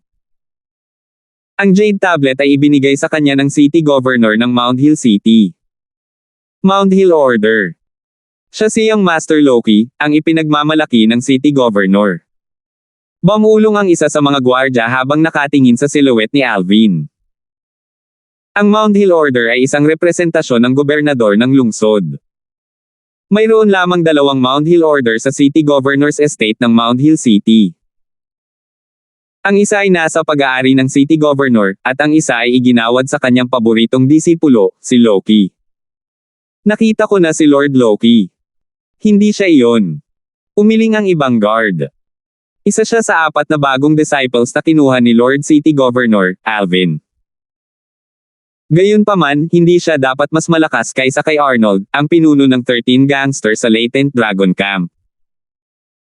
Paano kaya ibinigay ni Lord City Governor sa kanya ang mahalagang Mount Hill Order sa halip na ibigay ito kay Arnold? Hindi ko maintindihan. Ang isa sa mga gwardya na nakakilala kay Alvin ay umiling. Nabalitaan ko na siya ay mula sa Mortal Continent. Naaalala ko na siyang Master Loki ay mula rin sa Mortal Continent. Mukhang gustong-gusto ni Lord City Governor na tulungan ang mga henyong martial cultivator mula sa Mortal Continents. Isa pang gwardya ang haka-haka. Natural, hindi alam ni Alvin ang kaguluhan na idinulot ng Jade Tablet sa kanyang kamay. Bagamat natanggap niya ang Jade Tablet mula sa City Governor ng Mount Hill City, hindi niya alam ang kahalagahan ng Jade Tablet. Ang tanging sinabi sa kanya ng gobernador ng lungsod ay malaya siyang makagalaw sa mga tarangkahan ng estate ng gobernador ng lungsod basta't nakasuot siya ng Jade Tablet. Pumunta kaagad si Alvin sa captain ng City Guards, tahanan ni Ron pagkatapos umalis sa City Governor's Estate upang hanapin ang batang babae, si Tintin. Kuya. Agad na tumalon ang batang babae kay Alvin nang makita siya nito. Napaka-cute niyang tingnan sa malarosas niyang pisngi. Tinitigan ni Alvin ang maliit na batang babae at nagtanong, Tintin, na-miss mo ba ang iyong kuya? Oo. Tumango ang batang babae na parang sisiw na tumutusok sa mga butil. Tintin, miss na miss si kuya. Napanaginipan ko pa nga si kuya kahapon. Talaga? Nakangiting tanong ni Alvin, ano ang ginagawa ko sa panaginip mo? Nanaginip ako na dinala ni kuya si Tintin na lumilipad sa langit. Napakataas ng paglipad namin, mas mataas kaysa sa panahong pinalipad ako ni Kuya Ron, sabi ng batang babae habang sinusubukang ipakita ang taas gamit ang kanyang mga kamay. Si Kuya Ron ang nagdala sa iyo sa paglipad. Tumawa si Alvin at sinabing, hindi ka naman naging malikot, di ba, Tintin? Hindi, napaka-masunurin ni Tintin. Kung hindi ka naniniwala sa akin, maaari kang magtanong sa kapatid na babae, sabi ng batang babae habang nakatingin sa magandang babae na nakatayo sa gilid. Siya ang asawa ni Ron. Oo, napaka-masunurin ni Tintin, sabi ng asawa ni Ron habang tinitigan ang maliit na batang babae. Paumanhin sa pag-abala sa iyo sa panahong ito, hipag. Tumingin si Alvin sa asawa ni Ron at ngumiti. Kinuha niya ang isang special na singsing bago ito ipinasa sa kanya. Sinabi niya, para sa iyo ito, hipag. Ito ay. Gayunpaman, hindi ito tinanggap ng asawa ni Ron. Mayroong 1,000 8th grade Saint Stones doon para magamit mo at ng Kuya Ron, sabi ni Alvin. 1,000 ika-8 baitang Saint Stones. Nagulat ang asawa ni Ron nang marinig niya ang mga salita ni Alvin. Bagamat si Ron ang kapitan ng City Guards, ang kanyang sweldo ay 40 grade 8 Saint Stones lamang. Kinailangan ni Ron na mag-ipon ng 2 taong sweldo bago siya makapag-ipon ng 1,000 grade 8 Saint Stones. Pakitabi ito, kapatid na Alvin. Pakiusap. Nang sa wakas ay naunawaan ng asawa ni Ron ang intensyon ni Alvin, tinanggihan niya ang special na singsing na ibinigay nito sa kanya. Kunin mo, hipag. Umiling si Alvin at ngumiti. Ito ay isang maliit na regalo ng pasasalamat. Brother Alvin, dahil kapatid ka ng asawa ko kaya hindi ka tagalabas. Hindi mo kailangang ituring ang iyong sarili bilang isang tagalabas. Kung tatanggapin ko ang iyong mga santong bato, tiyak na magagalit ang asawa ko. Patuloy na tumanggi ang asawa ni Ron. Lubhang ayaw niyang tanggapin ang mga Saint Stones ni Alvin. Kung talagang pipilitin mong ibigay ito, mangyaring ibigay ito ng direkta kay Ron, sabi ng asawa ni Ron matapos makita kung gaano kapilit si Alvin. Pinilit ni Alvin na ngumiti sa kanyang mukha, alam niyang iyon lang ang tanging paraan. Matapos makipaglaro si Tintin sa anak ni Ron, tumingin si Alvin sa asawa ni Ron at nagtanong, "Ate, may natuklasan ba si Kuya Hong tungkol sa background ni Tintin?" Hindi. Umiling ang asawa ni Ron at sinabing, pumunta siya para mag-imbestiga batay sa sinabi mo at nakumpirma na ang mga taong nag-traffic sa Tintin ay mga tagalabas. Nanatili sila sa Mount Hill City ng isang araw lang bago nawala. Napabuntong hininga si Alvin pagkatapos pakinggan ang asawa ni Ron. Bagamat alam ni Alvin na halos imposibleng malaman ang background ng batang babae, nakaramdam pa rin siya ng pagkabigo nang marinig ang balita. Sa ikalawang palapag ng isang hindi gaanong inn sa Mount Hill City. 3 lalaki ang nagtipon sa isang sulok na silid. Isang kabataan, isang nasa katanghaliang gulang na lalaki, at isang matanda. Parehong nakatutok ang nasa katanghaliang gulang at ang matanda sa binatang nakatayo sa kanilang harapan. Tito Caspian, Elder Linton, Alvin sa wakas ay umalis sa City Governor's Estate, tuwang-tuwang sabi ng binata sa 2 pang tao habang ang kanyang mga mata ay kumikinang na may layuning pumatay. Kung nariyan si Alvin, tiyak na makikilala niya ang binatang ito. Walang iba kundi si Jake ang itinapon sa hukay ng pataba matapos siyang matalo. Si Jake ay ika-5 ranggo sa 13 gangster, ngunit siya ay pinatalsik mula sa parehong ari-arian ng gobernador ng lungsod at sa Latent Dragon Camp dahil sa hindi sinasadyang pagpatay niya sa malayong pinsan niyang si OG. 1414. Noong gabing iyon, nagulat din si Ron nang makita niya si Alvin sa sandaling bumalik siya sa bahay. Brother Alvin, medyo matagal na mula noong huli tayong nagkita. Nabalitaan ko na naging alagad ka na ni Lord City Governor. Bilang iyong kuya, gusto kitang batiin. Ngayong gabi, huwag na tayong bumalik hanggat hindi tayo lasing. Si Ron ay nakangiti ng malawak. Kinaladkad niya si Alvin, at naginom sila hanggang hiteng gabi hanggang sa sila ay ganap na lasing. Natural lang, si Ron lang ang lasing. Bagamat hindi ginamit ni Alvin ang kanyang true energy para paalisin ang alak sa kanyang katawan, ang kanyang katawan ay kasalukuyang mas malakas pa kaysa sa isang 5-clawed na Divine Dragon sa kanyang antas. Mahirap para sa kanya na malasing kahit gusto niya. Sa ikalawang araw, ipinasa ni Alvin ang 1,008 grade Saint Stones na tinanggihan kahapon kay Ron na sa wakas ay matino na. Naging sanhi ito agad na maging malungkot si Ron. Kapatid na Alvin, ano ang ibig mong sabihin dito? Kuya Hong, may utang na loob ako sa iyo at sa iyong asawa sa pag-aalaga kay Tintin sa panahong ito. Kunin mo na lang itong mga Saint Stone bilang gasto sa pamumuhay para kay Tintin. Ngumiti si Alvin. Kuya Alvin, ano ang kinukuha mo sa akin? Dahil kinilala kita bilang kapatid ko, natural, itinuring ko si Tintin bilang sarili kong nakababatang kapatid na babae. Bilasan mo at panatilihin ang Saint Stones na iyan. Kung hindi, huwag mo akong sisihin sa pagkaputol ng ating relasyon. Mas lalong namula ang mukha ni Ron. Kitang-kita ng isa kung gaano siya hindi nasisiyahan. Kuya Hong, mangyaring huwag magalit. Nagsalita ako nang wala sa oras. Hindi inaasahan ni Alvin na ganito ang magiging reaksyon ni Ron. Ngumiti siya ng alanganin. Sa kasong ito, kunin mo na lang itong 1,008 grade Saint Stones bilang cultivation fee para sa 2 pamangkin ko at kay Tintin. Kuya Hong, hindi mataas ang sweldo mo bawat buwan. Pagkatapos mong ibawas ang cultivation expenses, daily expenses para sa iyo at sa iyong asawa, bilang beast tamer, kakailanganin mo pa ring gumastos ng ilang wild na Saint Stones. Same time na sinabi ni Alvin nang makarating siya sa puntong ito, Kuya Hong, wala akong pakialam kung ano ang iniisip mo, ngunit ang mga bata ay nasa oras na dapat nilang palakasin ang kanilang mga pundasyon ngayon. Hindi tayo dapat magluwag pagdating sa ganito. Natahimik si Ron matapos makinig kay Alvin. Sa totoo lang, ang kanyang dalawang anak ay magsisimula na sa kanilang paglilinang sa lalong madaling panahon. Kung mayroong walang katapusang supply ng Saint Stones, tiyak na makakaakyat sila sa tuktok sa maikling panahon. Dati, wala siyang Saint Stones kaya lang na-absorb niya ang Heaven and Earth Spirit Energy para linangin. Bagamat siya ang captain ng City Guards, ang kanyang buwan ng sweldo ay ilang dose-dosenang mga Saint Stones sa ikawalong baitang.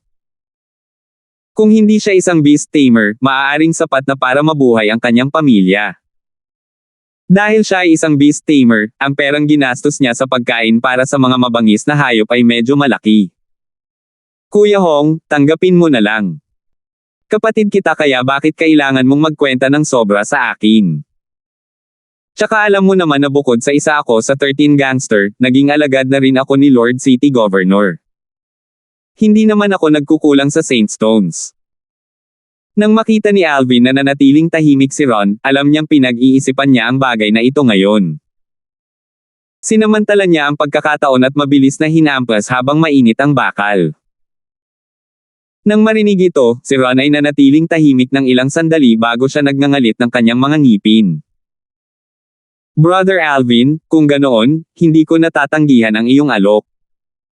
Gayunpaman, sana ay minsan lang ito, at hindi na ito mauulit. Solemn na ang ekspresyon ng mukha niya. Oo naman, sigurado. Sumangayon si Alvin nang walang pag-aalinlangan. Hanggat pumayag si Ron, magiging maayos ang lahat. Maaari na lang niyang ipasa ang Saint Stones kay Tintin sa susunod at hilingin sa kanya na ibigay ito sa kanyang dalawang maliliit na pamangkin. Kahit papaano, lumipat sa background ni Tintin ang pag-uusap nina Alvin at Ron. Brother Alvin, kung wala kaming makuhang anumang clue tungkol sa background ni Tintin, hayaan mo siyang manatili sa akin. Gustong-gusto namin siya ng asawa ko. Higit pa rito, ang aking dalawang maliliit na lalaki ay tila ayaw ding makipaghiwalay sa kanya, mungkahi ni Ron. Sige, pagsang-ayon ni Alvin. Alam na alam niya na ito ang pinakamagandang opsyon. Ang maliit na batang babae na si Tintin ay hindi maaaring manatili sa kanyang tabi. Kung mananatili siya sa bahay ni Ron, magkakaroon siya ng bahay. Sa oras na iyon na sa wakas ay lumaki na siya at nagpakasal, ito ay maituturing na siya ay may magandang buhay. Kung susundin niya ito, hindi lamang ito magiging abala, makakatagpo din siya ng panganib. Pagkatapos ng lahat, ang kanyang layunin ay maging isang powerhouse na nakatayo sa tuktok ng Dow Marshall Saint Land. Sino ang nakakaalam kung gaano karaming panganib ang naghihintay para sa kanya sa paglalakbay na ito? Hindi niya hahayaang ipagsapalaran nito ang buhay kasama niya. Sa mga sumunod na araw, hindi pumunta kahit saan si Alvin. Nanatili lamang siya sa bahay ni Ron. Sa araw, sasamahan niya ang batang si Tintin. Sa gabi, magbubungkal siya sa kanyang silid. Kailangan kong umalis sa Mount Hill City makalipas ang 6 na buwan upang pumunta sa Moon Illumination Sect. Kapag umalis ako, hindi ko alam kung gaano katagal bago ako bumalik. Dahil dito nagpasya si Alvin na samahan ang batang si Tintin. Ngayong gabi, tahimik na nag-cultivate si Alvin sa kanyang silid. Upang maging mas tumpak, nililinang niya ang ikalawang antas ng 7 Treasures Exquisite Pagoda. Ang 7 Treasures Exquisite Pagoda ay naging alikabok at tahimik na nakahiga sa kama. Ito ay isang tagumpay. Iyon ang ika-6 na araw ng kanyang pamamalagi sa bahay ni Ron, ngunit siya ay gumugol ng 9 na araw sa ikalawang antas ng 7 Treasures Exquisite Pagoda. Sa loob ng 9 na araw na ito, sa wakas ay nagawa niyang linangin ang paglipat mula sa Saint Grade Martial Tactic Colossal Aerolite Arrow, ang Body and Arrow Synchronization, patungo sa Competent Stage.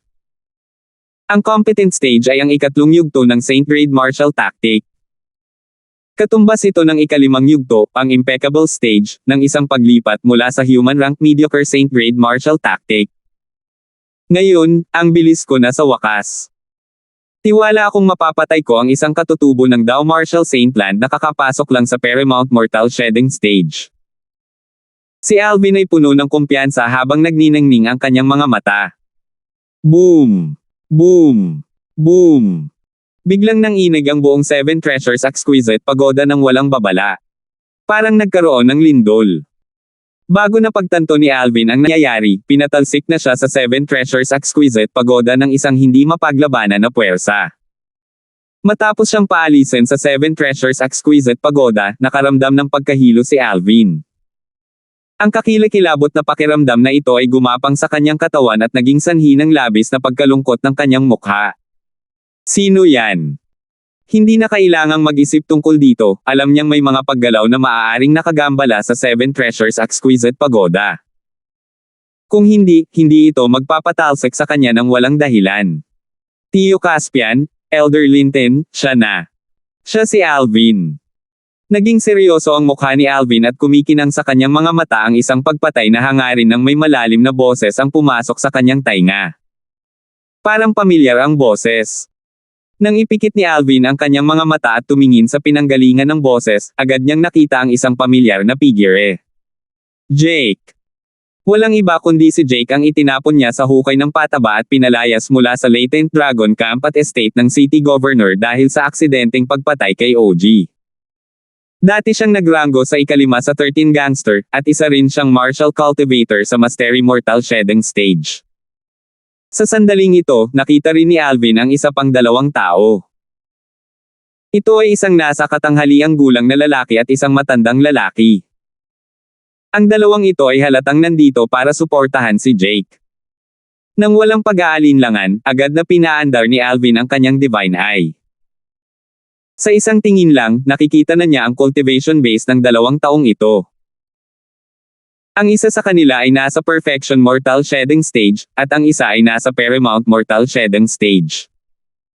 Paramount Mortal Shedding Stage. Ang mukha ni Alvin ay naging malungkot. Sandali. Parang may napansin siya. Ang cultivation base ng matandang ito ay tila hindi matatag. Siya ay nakalusot pa lamang sa Paramount Mortal Shedding Stage. Nakahinga ng maluwag si Alvin nang mapansin niya ito. Kung nakagawa lang siya ng isang pambihirang tagumpay sa Paramount Mortal Shedding Stage, si Alvin ay hindi ganap na ninakawan ng pagkakataong manalo sa labanan. Alvin, kasalanan mo kung bakit ako pinatalsik sa Latent Dragon Camp.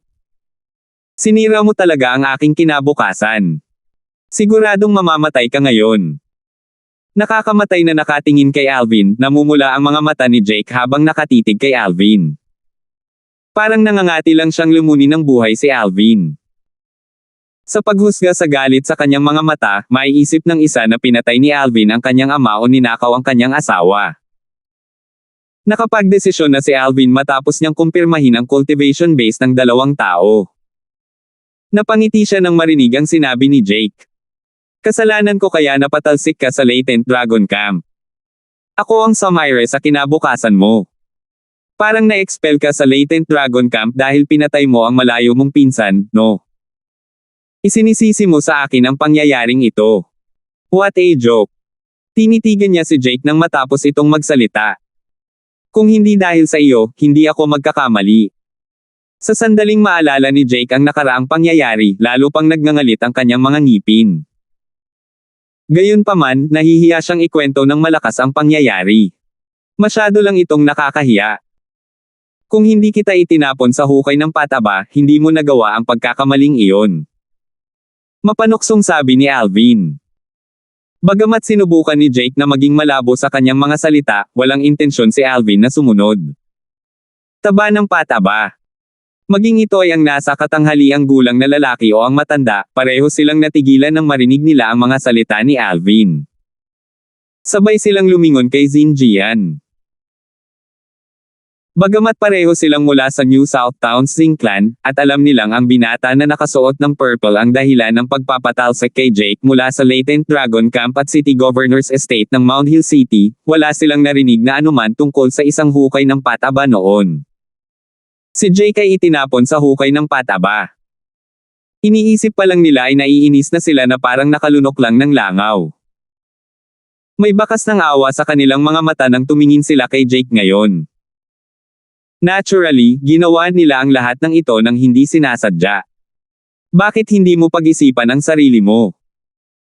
Kung hindi mo ako patuloy na ginagalit at naglabas ng hamon, itatapon mo ba ako sa hukay ng pataba at hindi sinasadyang mapatay si OG? Patuloy siyang tinutuya ni Alvin. Ang katawan ni Jake ay nanginginig ng husto dahil sa galit. Tio Caspian, Elder Linton, patayin siya. Patayin siya. Umungol si Jake, duguan ang kanyang mga mata. Caspian, kasalanan niya na ang pinakamalakas na tao sa pinakabatang henerasyon ng Zing Clan mula sa New Southtown ay pinatalsik mula sa City Governor's Estate ng Mount Hill City. Dahil dito, nakagawa siya ng isang hindi mapapatawad na krimen. Kung papatayin mo siya, maituturing kang matagumpay na naghiganti sa aming angkan, malamig na sabi ng matandang lalaki kay Tian habang tinitigan si Ling. Base sa kanyang mga sinabi, tila wala siyang balak na personal na gumawa ng hakbang. Marahil, hindi niya naisip na ang binata na nakasuot ng lila ay hindi karapat-dapat sa kanya ng personal na kumilos. Oo, Elder Linton. Si Caspian, ang nasa katanghaliang gulang na lalaki, ay tumango at malamig na tumingin kay Alvin. Anak, tabyusin ang iyong mga aksyon sa susunod mong buhay, okay? Hindi lahat ay kayang makipag-away sa Zing Clan ng New Southtown. Ako ang disipulo ng City Governor ng Mount Hill City.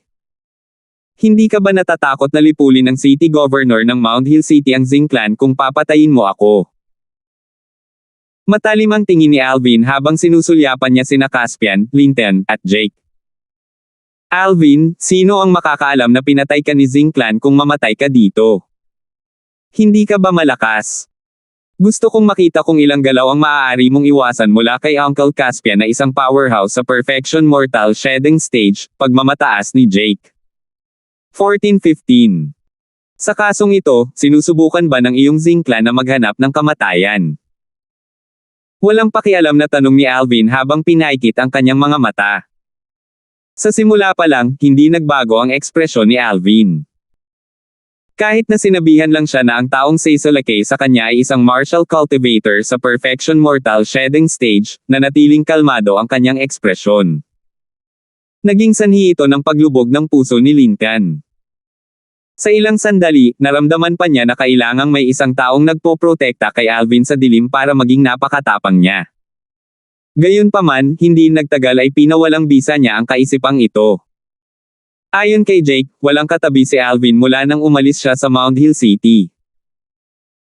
Higit pa rito, ang dahilan kung bakit hindi sila nakagalaw ng napakatagal ay para maobserbahan nila siya ng ilang araw. Nagpasya na lamang silang gumawa ng hakbang matapos nilang matiyak na walang nagpoprotekta sa kanya sa dilim.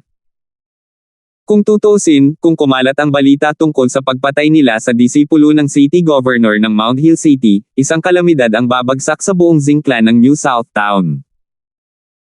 Ang estate ng City Governors ng Mount Hill City Estate ay isang ikawalong rate na puwersa. Madali para sa kanila na lipulin ang isang ikasyam na puwersa tulad ng Zing Clan. Maliban na lang kung mayroon siyang powerhouse ng Saint Rudiment Stage na nagpoprotekta sa kanya, at nagtatago siya sa langit kaya hindi namin siya napansin. Gayunpaman, malabong mangyari ito. Nagdesisyon si Linton nang maisip niya ito.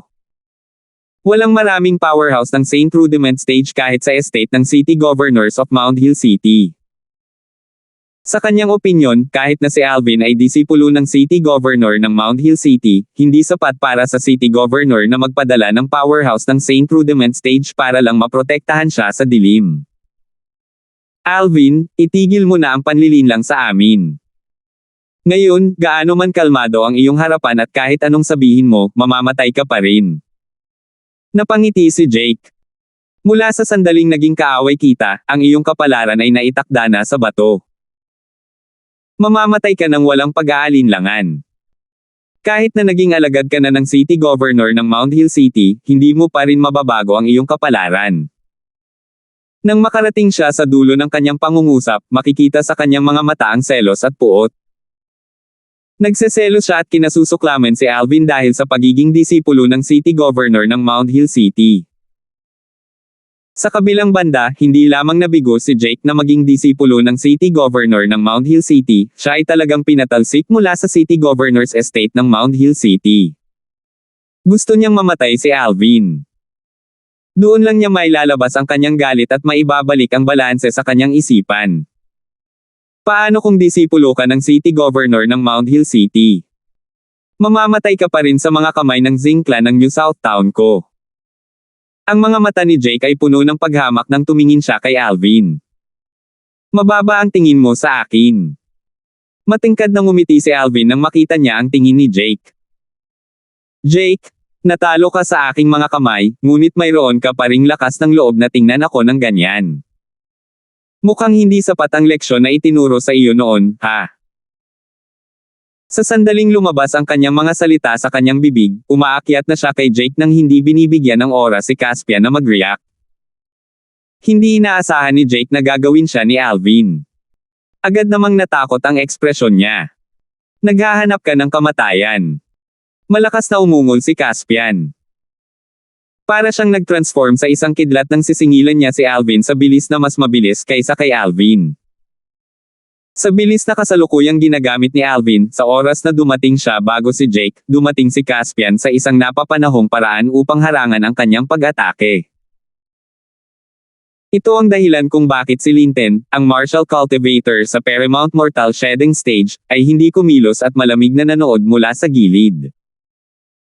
Siya ba talaga ay isang martial cultivator sa Intermediate Mortal Shedding Stage? Batay sa kanyang bilis, siya ay kapantay ng karamihan sa mga martial cultivator sa Mastery Mortal Shedding Stage. Gayunpaman, siya ay medyo walang karanasan upang subukang pumatay ng isang tao sa harap ni Caspian, malamig na ngiting-ngiti ni Linton mula sa gilid ng panunood. Nang dumating si Alvin sa harap ni Jake, talagang nakarating si Caspian sa tamang oras. Pumwesto siya sa pagitan nina Alvin at Jake at hinarang ang kanyang pag-atake. Si Jake na labis na nabigla hanggang sa puntong nagsimula siyang bumuhos sa malamig na pawis ay sumigaw sa tuktok ng kanyang mga baga, "Tiyo Caspian, patayin siya." Idiot! Isang ngiti ang sumilay sa gilid ng bibig ni Alvin nang makita niyang lumitaw si Caspian sa harap ni Jake. Isang ngiti ito na nagpapahiwatig na nagtagumpay ang kanyang plano. Nang makita ni Caspian ang ngiti na ito, ang kanyang puso ay nabigla at napuno ng masamang pakiramdam. Iwaksi na sana niya ang hindi magandang pakiramdam nang mapansin niya si Alvin na nakatayo sa kanyang harapan ay naglabas ng punit-punit na busog sa pamamagitan lamang ng pagtaas ng kanyang kamay. Tunog ng kamatayan. Kasabay ng malakas at nakakakilabot na kalansing na umalangaw-ngaw sa hangin, isang solidified true energy light blade ang sweep out. Nagmistulang Death Scepter ito ng puwersahang pinugutan ng ulo si Caspian. Nakadilat pa rin ang mga mata ni Caspian, nakatingin habang nahiwalay siya sa kabilang kalahati ng kanyang katawan bago nagsimulang maglaho ang kanyang malay. Mula sa simula hanggang sa huli, hindi man lang siya nagkaroon ng pagkakataong kumilos. Gayunpaman, hindi ito ang wakas. Matapos pinugutan ng True Energy Light Blade na katulad ng Death Scepter si Caspian, nagpatuloy ito sa pagwalas at pagpugot din kay Jake. Sa isang galaw lang, nakapatay siya ng 2 tao. Lahat ng ito ay nangyari sa isang kisap mata. Napakabilis nito na kahit si Linton ay hindi makapag-react sa oras. Sa pananaw ni Linton, nang lumitaw si Caspian sa harap ni Alvin, ang kanyang malaking ulo ay umalis na sa kanyang katawan sa isang kisap lang ng mata. Ganoon din para kay Jake. Naghahanap ka ng kamatayan. Napabuntong hininga si Linton nang mabawi niya ang kanyang katinoan. Nagsimulang lumipad ang kanyang mga damit kahit walang hangin. Naputol na rin ang kanyang hairband dahilan para kumaway din ito, tila mga ahas na namimilipit sa hangin. Samantala, isang malakas na aura ang lumabas sa kanyang katawan. Para siyang nag-transform sa isang bundok habang sinisingil niya si Alvin. Nakakapasok pa lang siya sa Paramount Mortal Shedding Stage at hindi pa rin matatag. Ito ay isang magandang pagkakataon para sa akin na sanayin ang aking mga kasanayan. Si Alvin ay hindi natatakot kay Linton na sinisingil sa kanya sa galit na galit. Sa halip, agad na nagningning ang kanyang mga mata. Kasabay nito, ginabayan ng 52 Saint Vein sa kanyang katawan ang True Energy sa kanyang Chi at tinakpan ang kanyang buong katawan sa 1 segundo, na-activate agad ang Silver Shirt.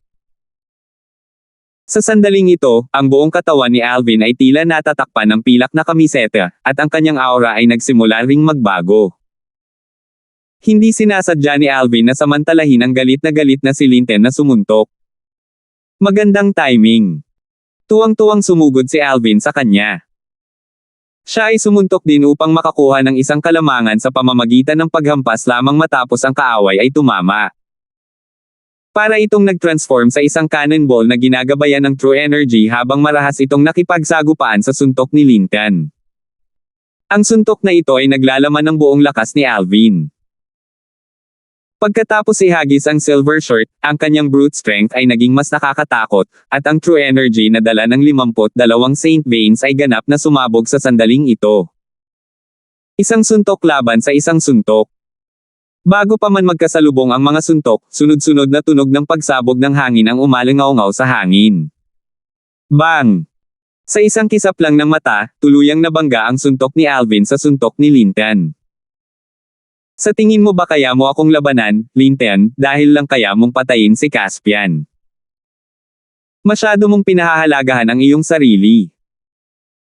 Sa sandaling iyon nang magsalubong ang kanilang mga suntok, sumilay sa mukha ni Linton ang isang ngiti na puno ng pang-aalipusta. Gayunpaman, ang ngiti sa kanyang mukha ay agad na natigil sa susunod na sandali. Habang nagsasalpukan ang dalawang suntok, isang malakas na putok ang biglang umalingaw-ngaw sa hangin. Isang malakas na airwave ang lumabas at ginawang pulbos ang marami sa mga accessories sa kwarto. Maging ang pinto at bintana ay bumukas. Kuya Alvin. Naturally, ang malaking kaguluhan ay nagdulot kay Ron. Pagdating niya, nakita niyang nakakulong si Alvin kasama ang isang matandang lalaki. Bagamat mapatla ang mukha ni Alvin, ang matanda ay lalo pang nagmukhang kahabag-habag. Walang tigil ang pagsusuka niya ng dugo. Ay imposible. Imposible. Itinaas ni Linton ang kanyang ulo at hindi makapaniwalang tumingin kay Alvin. Hindi siya gumamit ng kahit anong saint weapon at gayon din ang kanyang kalaban. Gayunpaman, sa ganoong kalagayan, napigilan siya ng kanyang kalaban kahit na siya ang unang tumama para makalamang. Bukod dito, napansin niyang minor injuries lang ang natamo ng kanyang kalaban kahit na siya ay malubhang nasugatan. Hindi niya ito matatanggap. Hindi ba martial cultivator si Alvin sa intermediate mortal shedding stage? Hindi lang ba siya nagkaroon ng lakas na kapantay ng isang martial cultivator sa mastery mortal shedding stage? Hindi lamang niya nagawang patayin si Caspian na nasa perfection mortal shedding stage, ngunit nagawa pa niyang sugpuin siya. Walang imposible. Napangiti si Alvin. May bakas ng pananabik na kumikinang sa lalim ng kanyang mga mata. Hindi sumagi sa isip niya na talagang matatalo niya ang isang martial cultivator sa Paramount Mortal Shedding Stage nang ilabas niya ang kanyang buong lakas.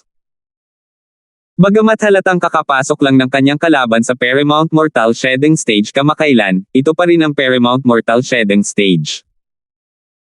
Ang lakas nito ay hindi isang bagay kahit na ang mga tao sa tuktok ng Perfection Mortal Shedding Stage ay maaaring ihambing. Huwag ka nang masyadong masaya. Hindi ako gumamit ng kahit anong saint weapon kanina. Medyo gumaling si Linton pagkatapos uminom ng hilang medicinal pill. Agad na nagbago ang kanyang aura nang magtaas siya ng isang full moon machete sa kanyang kamay. Agad na bumangon ang isang matalim na aura sa kanyang katawan. Hindi ka gumamit ng kahit anong saint weapon, pero ako ang gumamit. Ngumuso si Alvin bago niya itinaas ang sun shooting bow sa kanyang kamay.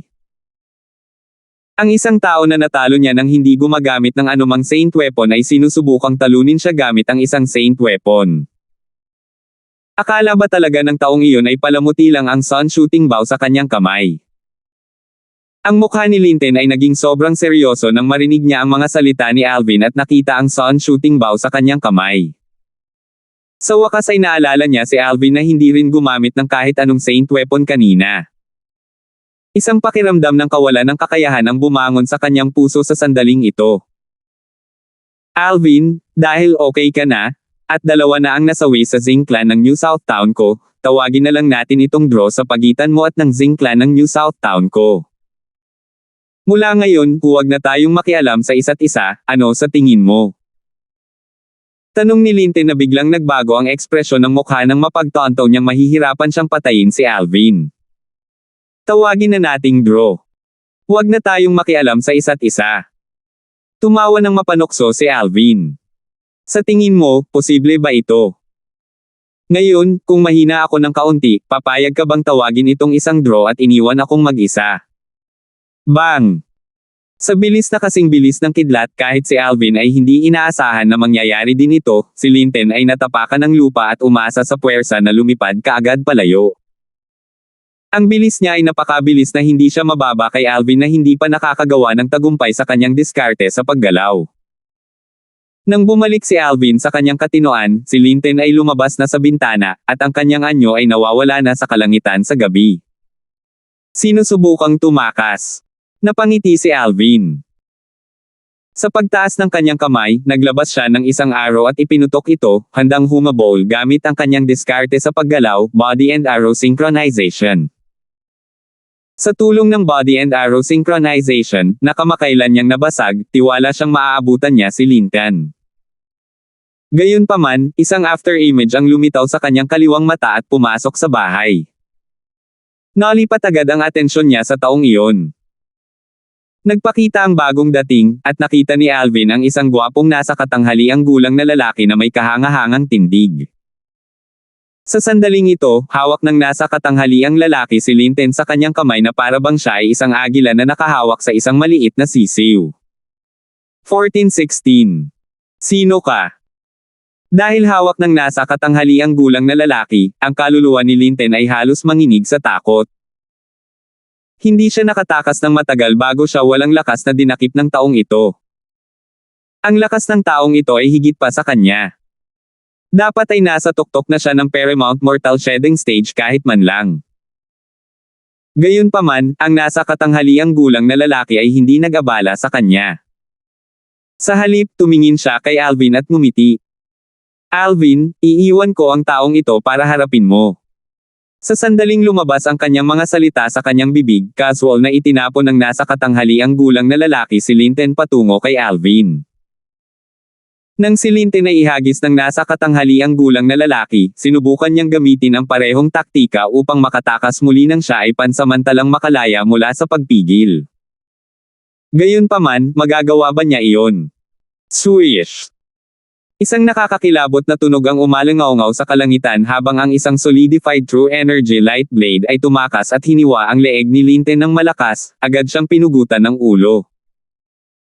Ang Martial Cultivator sa Paramount Mortal Shedding Stage na punong-puno ng enerhiya kanina lang ay namatay ng walang pagkakataong mabuhay muli. Gamulong ang ulo ni Linton sa gilid ng dingding habang umaagos ang dugo pagkatapos nito. Huminto ito sa may dingding, may bahid pa rin ng gulat ang mga mata. Hingal. Dahil sa eksenang ito, napabuntong hininga si Ron sa gulat. Kasabay nito, nakita niya ang mga labi ng isa pang dalawang katawan na nahati na rin sa dalawa. Kuya Alvin, okay ka lang ba? Nag-aalalang tumingin si Ron kay Alvin. Kung may nangyari sa kanyang kapatid sa kanyang bahay, hindi na siya mabubuhay ng payapa sa natitirang bahagi ng kanyang buhay. Okay lang ako. Umiling si Alvin at ngumiti kay Ron bago tumingin sa medyo may edad na lalaki na nakangiti habang nakatitig sa kanya. Salamat sa pagpapahiram sa akin ng kamay, Senior. I wonder, sino ka? Hindi nakapagtataka na napakataas ng tingin ni Lord City Governor sa iyo. Talagang kahanga-hanga ka. Ngumiti ang nasa katanghaliang gulang na lalaki. Ikaw ang tagasunod ng guro. Nagulat si Alvin nang pumasok sa isip niya ang bumbilya. Nagtataka, nagtanong siya, hindi kaya isa ka talaga sa 36 na tagapangalaga sa ilalim ng utos ng guro, nakatatanda. Hindi pinaandar ni Alvin ang kanyang divine eye sa harap ng nasa katanghaliang gulang na lalaking ito. Ito ay dahil ang pakiramdam na nakaharap niya sa nasa katanghaliang gulang na lalaki ay halos kapareho ng pakiramdam niya noong kaharap niya ang kanyang guro at ang Heavenly Leader Guardian. Maging ito ay ang kanyang guro o ang Heavenly Leader Guardian, pareho silang mga powerhouse ng Saint Rudiment Stage. Matalino ka. Ngumiti ang nasa katanghaliang gulang na lalaki. Ako ay pumapangalawa sa 36 na tagapangalaga sa ilalim ng utos ni Lord City Governor. Tagapangalaga ng makalangit na lakas. Napabuntong hininga si Alvin. Hindi niya akalain na tama ang hula niya. Ang taong ito ay isa nga sa 36 na tagapangalaga sa ilalim ng utos ng kanyang guro. Bukod dito, siya talaga ang Heavenly Strength Guardian na pumangalawa. Sa 36 na Heavenly Stars, ang Heavenly Leader ang una habang ang Heavenly Strength ay pangalawa. Nagpadala na ako ng ulat kay Lord City Governor tungkol sa insidente ngayong gabi. Ang Zingclan ng bagong Timog Bayan ay hindi makakatakas sa pagkakataong ito, walang pakialam na sabi ng Heavenly Strength Guardian na parang may pinag-uusapan siyang hindi mahalagang bagay. Para sa kanya, madaling lipulin ang buong Zingclan. Tanging siya lamang ay sapat na upang magdulot ng kaguluhan sa Zingclan at putulin ang lahat ng kanilang mga pagkakataon upang ibalik ang mga bagay. Sa tingin ko, kahit si Lord City Governor ay hindi alam na kaya mong pilitin ang isang Paramount Mortal Shedding Stage powerhouse na tumakas, diba? Ang Heavenly Strength Guardian ay nag-aral kay Alvin mula sa itaas hanggang sa ibaba. Noong kakapasok pa lang ni Alvin sa City Governor's Estate ng Mount Hill City, narinig na niya ang tungkol kay Alvin. Noong una, hindi niya ito gaanong pinag-isipan, ngunit sa huli, wala na siyang ibang magagawa kundi ang bigyan siya ng pansin. Ilang araw lang ang nakalipas, inutusan pa siya ni Lord City Governor na personal na protektahan si Alvin sa dilim kapag umalis siya sa City Governor's Estate. Sa sandaling ito, napagtanto niya kung gaano kataas ang pagtingin ni Lord City Governor kay Alvin. Pinoprotektahan niya si Alvin sa dilim mula sa langit kaya nakita na niya ang paggalaw ng 3 miyembro ng Zingclan. Noong una, akala niya ay kailangan niyang kumilos, ngunit hindi sumagi sa isip niya na magagawa ni Alvin na patayin ang 2 sa mga miyembro ng Zingclan gamit ang sarili niyang kapangyarihan at mapipilitin pa ang martial cultivator ng Zingclan sa Paramount Mortal Shedding Stage na tumakas. Alam niya na tiyak na maaabutan ni Alvin si Lincoln. Gumawa siya ng kanyang hakbang dahil gusto niyang makilala si Alvin, itong batang henyo na papasok sa Moon Illumination Sect sa loob ng 6 na buwan. Ang binatang ito ay opisyal na mas nakakasilaw kaysa kay Loki. Paramount Mortal Shedding Stage. Si Ron na tulala ay napabulalas ng malakas nang marinig niya ang mga salita ng Heavenly Strength Guardian. Agad na lumipat ang kanyang tingin sa ulo ni Lincoln. Ito ay isang martial cultivator sa Paramount Mortal Shedding Stage. Si Ron ay lubos na nataranta. Baka sa mukha niya ang kawalan ng paniniwala nang muli siyang tumingin kay Alvin. Siya ay isa lamang martial cultivator na kakapasok lang sa Paramount Mortal Shedding Stage kaya hindi masyadong matatag ang kanyang pundasyon.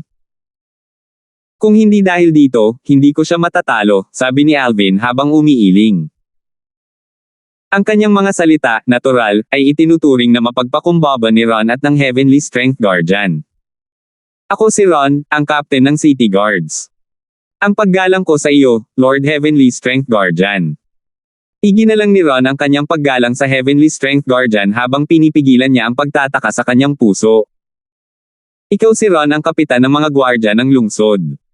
Narinig ko tungkol sa iyo. Sa katunayan, hindi ka masama. Matapos protektahan si Alvin sa loob ng ilang araw sa dilim, nalaman din ng Heavenly Strength Guardian na si Alvin ay may magandang relasyon kay Ron. Dahil dito, naging magalang din siya kay Ron. Alam niyang si Alvin ay isang lalaking nakatakdang umalis sa Mount Hill City. Ang kanyang mga tagumpay sa hinaharap ay tiyak na hindi magiging mababa sa Panginoong Gobernador ng lungsod. Dahil dito, hindi siya nang ahas na maging mahinahon sa kaibigan ni Alvin. Whoosh! Itinaas ng Heavenly Strength Guardian ang kanyang kamay, at ang mga labi ng 3 katawan sa sahig ay kinuha niya. Pagkatapos magpaalam kay Alvin at tumango kay Ron, umalis siya. Naiwan lamang sina Alvin at Ron sa dogwang silid na may mga basag na pinto at bintana. Ang mga tingin ni Ron ay komplikado nang tumingin siya kay Alvin. Bagamat alam niyang si Alvin ay isang one-of-a-kind henyo na martial cultivator, hindi niya inasahan na siya ay napakalalaban sa langit. Sa nangyari, kahit na ang isang martial cultivator sa Paramount Mortal Shedding Stage ay hindi talaga makakapantay sa kanya.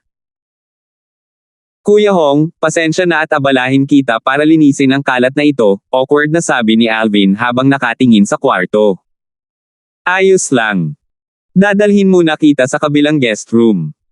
Tungkol naman sa lugar na ito, may mga utusan akong maglilinis. Pagkatapos niyang mabawi ang kanyang katinoan, umiling si Ron at mabilis na inakay si Alvin sa isa pang guest room. Mula sa simula hanggang sa huli, nanatiling komplikado ang kanyang damdamin. Anong mabuting gawa ang ginawa niya para maging karapat-dapat sa ganoong kapatid? Isang kakaibang ideya ang biglang pumasok sa kanyang isipan. Dapat ba siyang pumunta sa libingan ng kanyang mga ninuno at tingnan kung may berdeng usok o wala? Kung hindi, bakit siya magkakaroon ng gayong hindi inaasahang pagkikita? Ang insidente ngayon ay isang maliit na bagay lamang kay Alvin. Alam na alam niya kung magtagumpay ang Zing Clan ng New Southtown sa pagpatay sa kanya, magiging maayos ang lahat. Gayunpaman, kung ang mga bagay ay hindi naging maayos, kailangan nilang harapin ang banta ng pagkalipol. Hindi ito naapektuhan ni Alvin. Ito ang batas ng mundong ito kung saan ang pinakamalakas ay umunlad. Ito ang batas ng gubat, at ito ang kaligtasan ng pinakamatibay. Kung ang isa ay isang daga, ang isa ay dapat na manatiling tahimik sa loob ng kanyang pugad.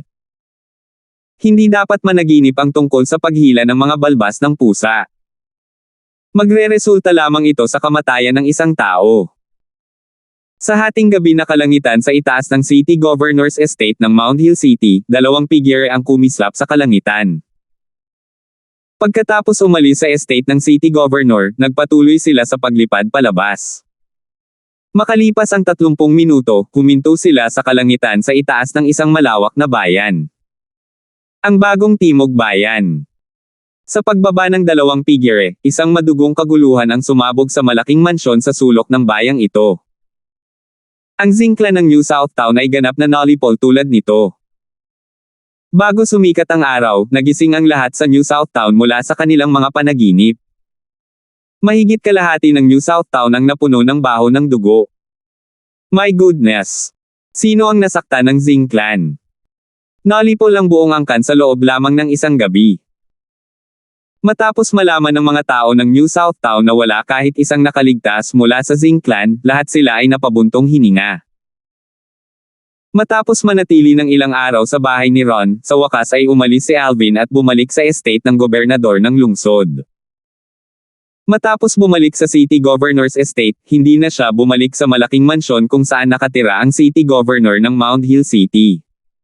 Sa halip, bumalik siya sa Latent Dragon Camp para batiin si Luisa. Nagpasya siyang manatili sa lugar ng City Governor ng Mount Hill City upang linangin sa susunod na yugto ng panahon habang hinihintay niya ang entrance exam para sa Moon Illumination Sect. Narinig ni Alvin na may tumatawag sa kanya pagkapasok niya sa Latent Dragon Camp. Louie. Ito ay walang iba kundi si Louie. Haha. Alvin, narinig mo ba ang tungkol dito? Ang Zing Clan ng bagong Timog Bayan ay nalipol na. Anong magandang balita? Masayang anunsyo ni Louie. Mukhang tuwang-tuwa siya. Ang Zing Clan ng bagong Timog Bayan. Ang angkan ni Jake. Tanong ni Alvin. Bagamat nahulaan na niya ito, nabigla pa rin siya. Ang kanyang guro ay medyo mahusay. Hindi alam ni Alvin na galit ang kanyang guro nang malaman na sinubukan siyang patayin ng mga miyembro ng Zing Clan ng New Southtown. Agad niyang inutusan ang Heavenly Leader Guardian at isa pang Saint Rudiment Stage Revered Elder na magtungo sa New Southtown para lipulin ang buong Zing Clan.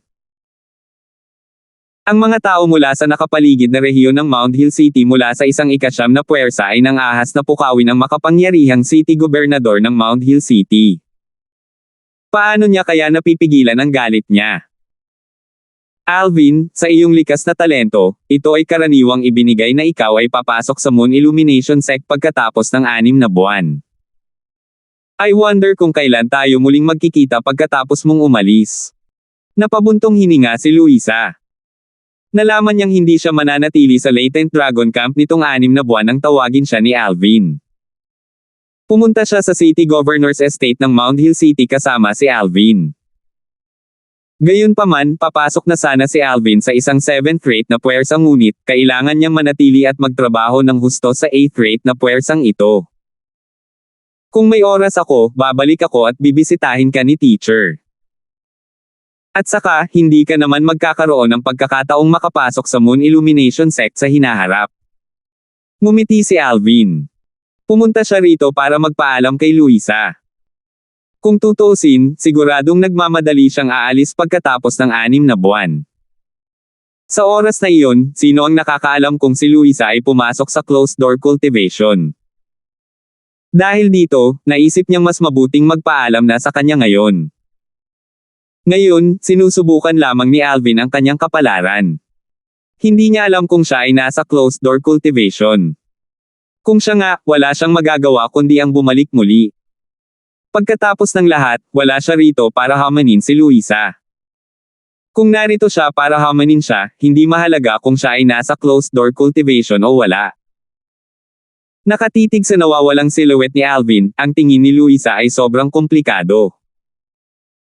Naisip niya sa kanyang sarili, Luisa, hindi mo kayang abutin ang lalaking tulad niyan. Maliwanag na nahulog na si Luisa kay Alvin na ilang buwan lang niyang nakasama. Gayunpaman, itinago niya ang kanyang pag-ibig. Masasabi niyang tinatrato lang siya ni Alvin bilang isang mabuting kaibigan.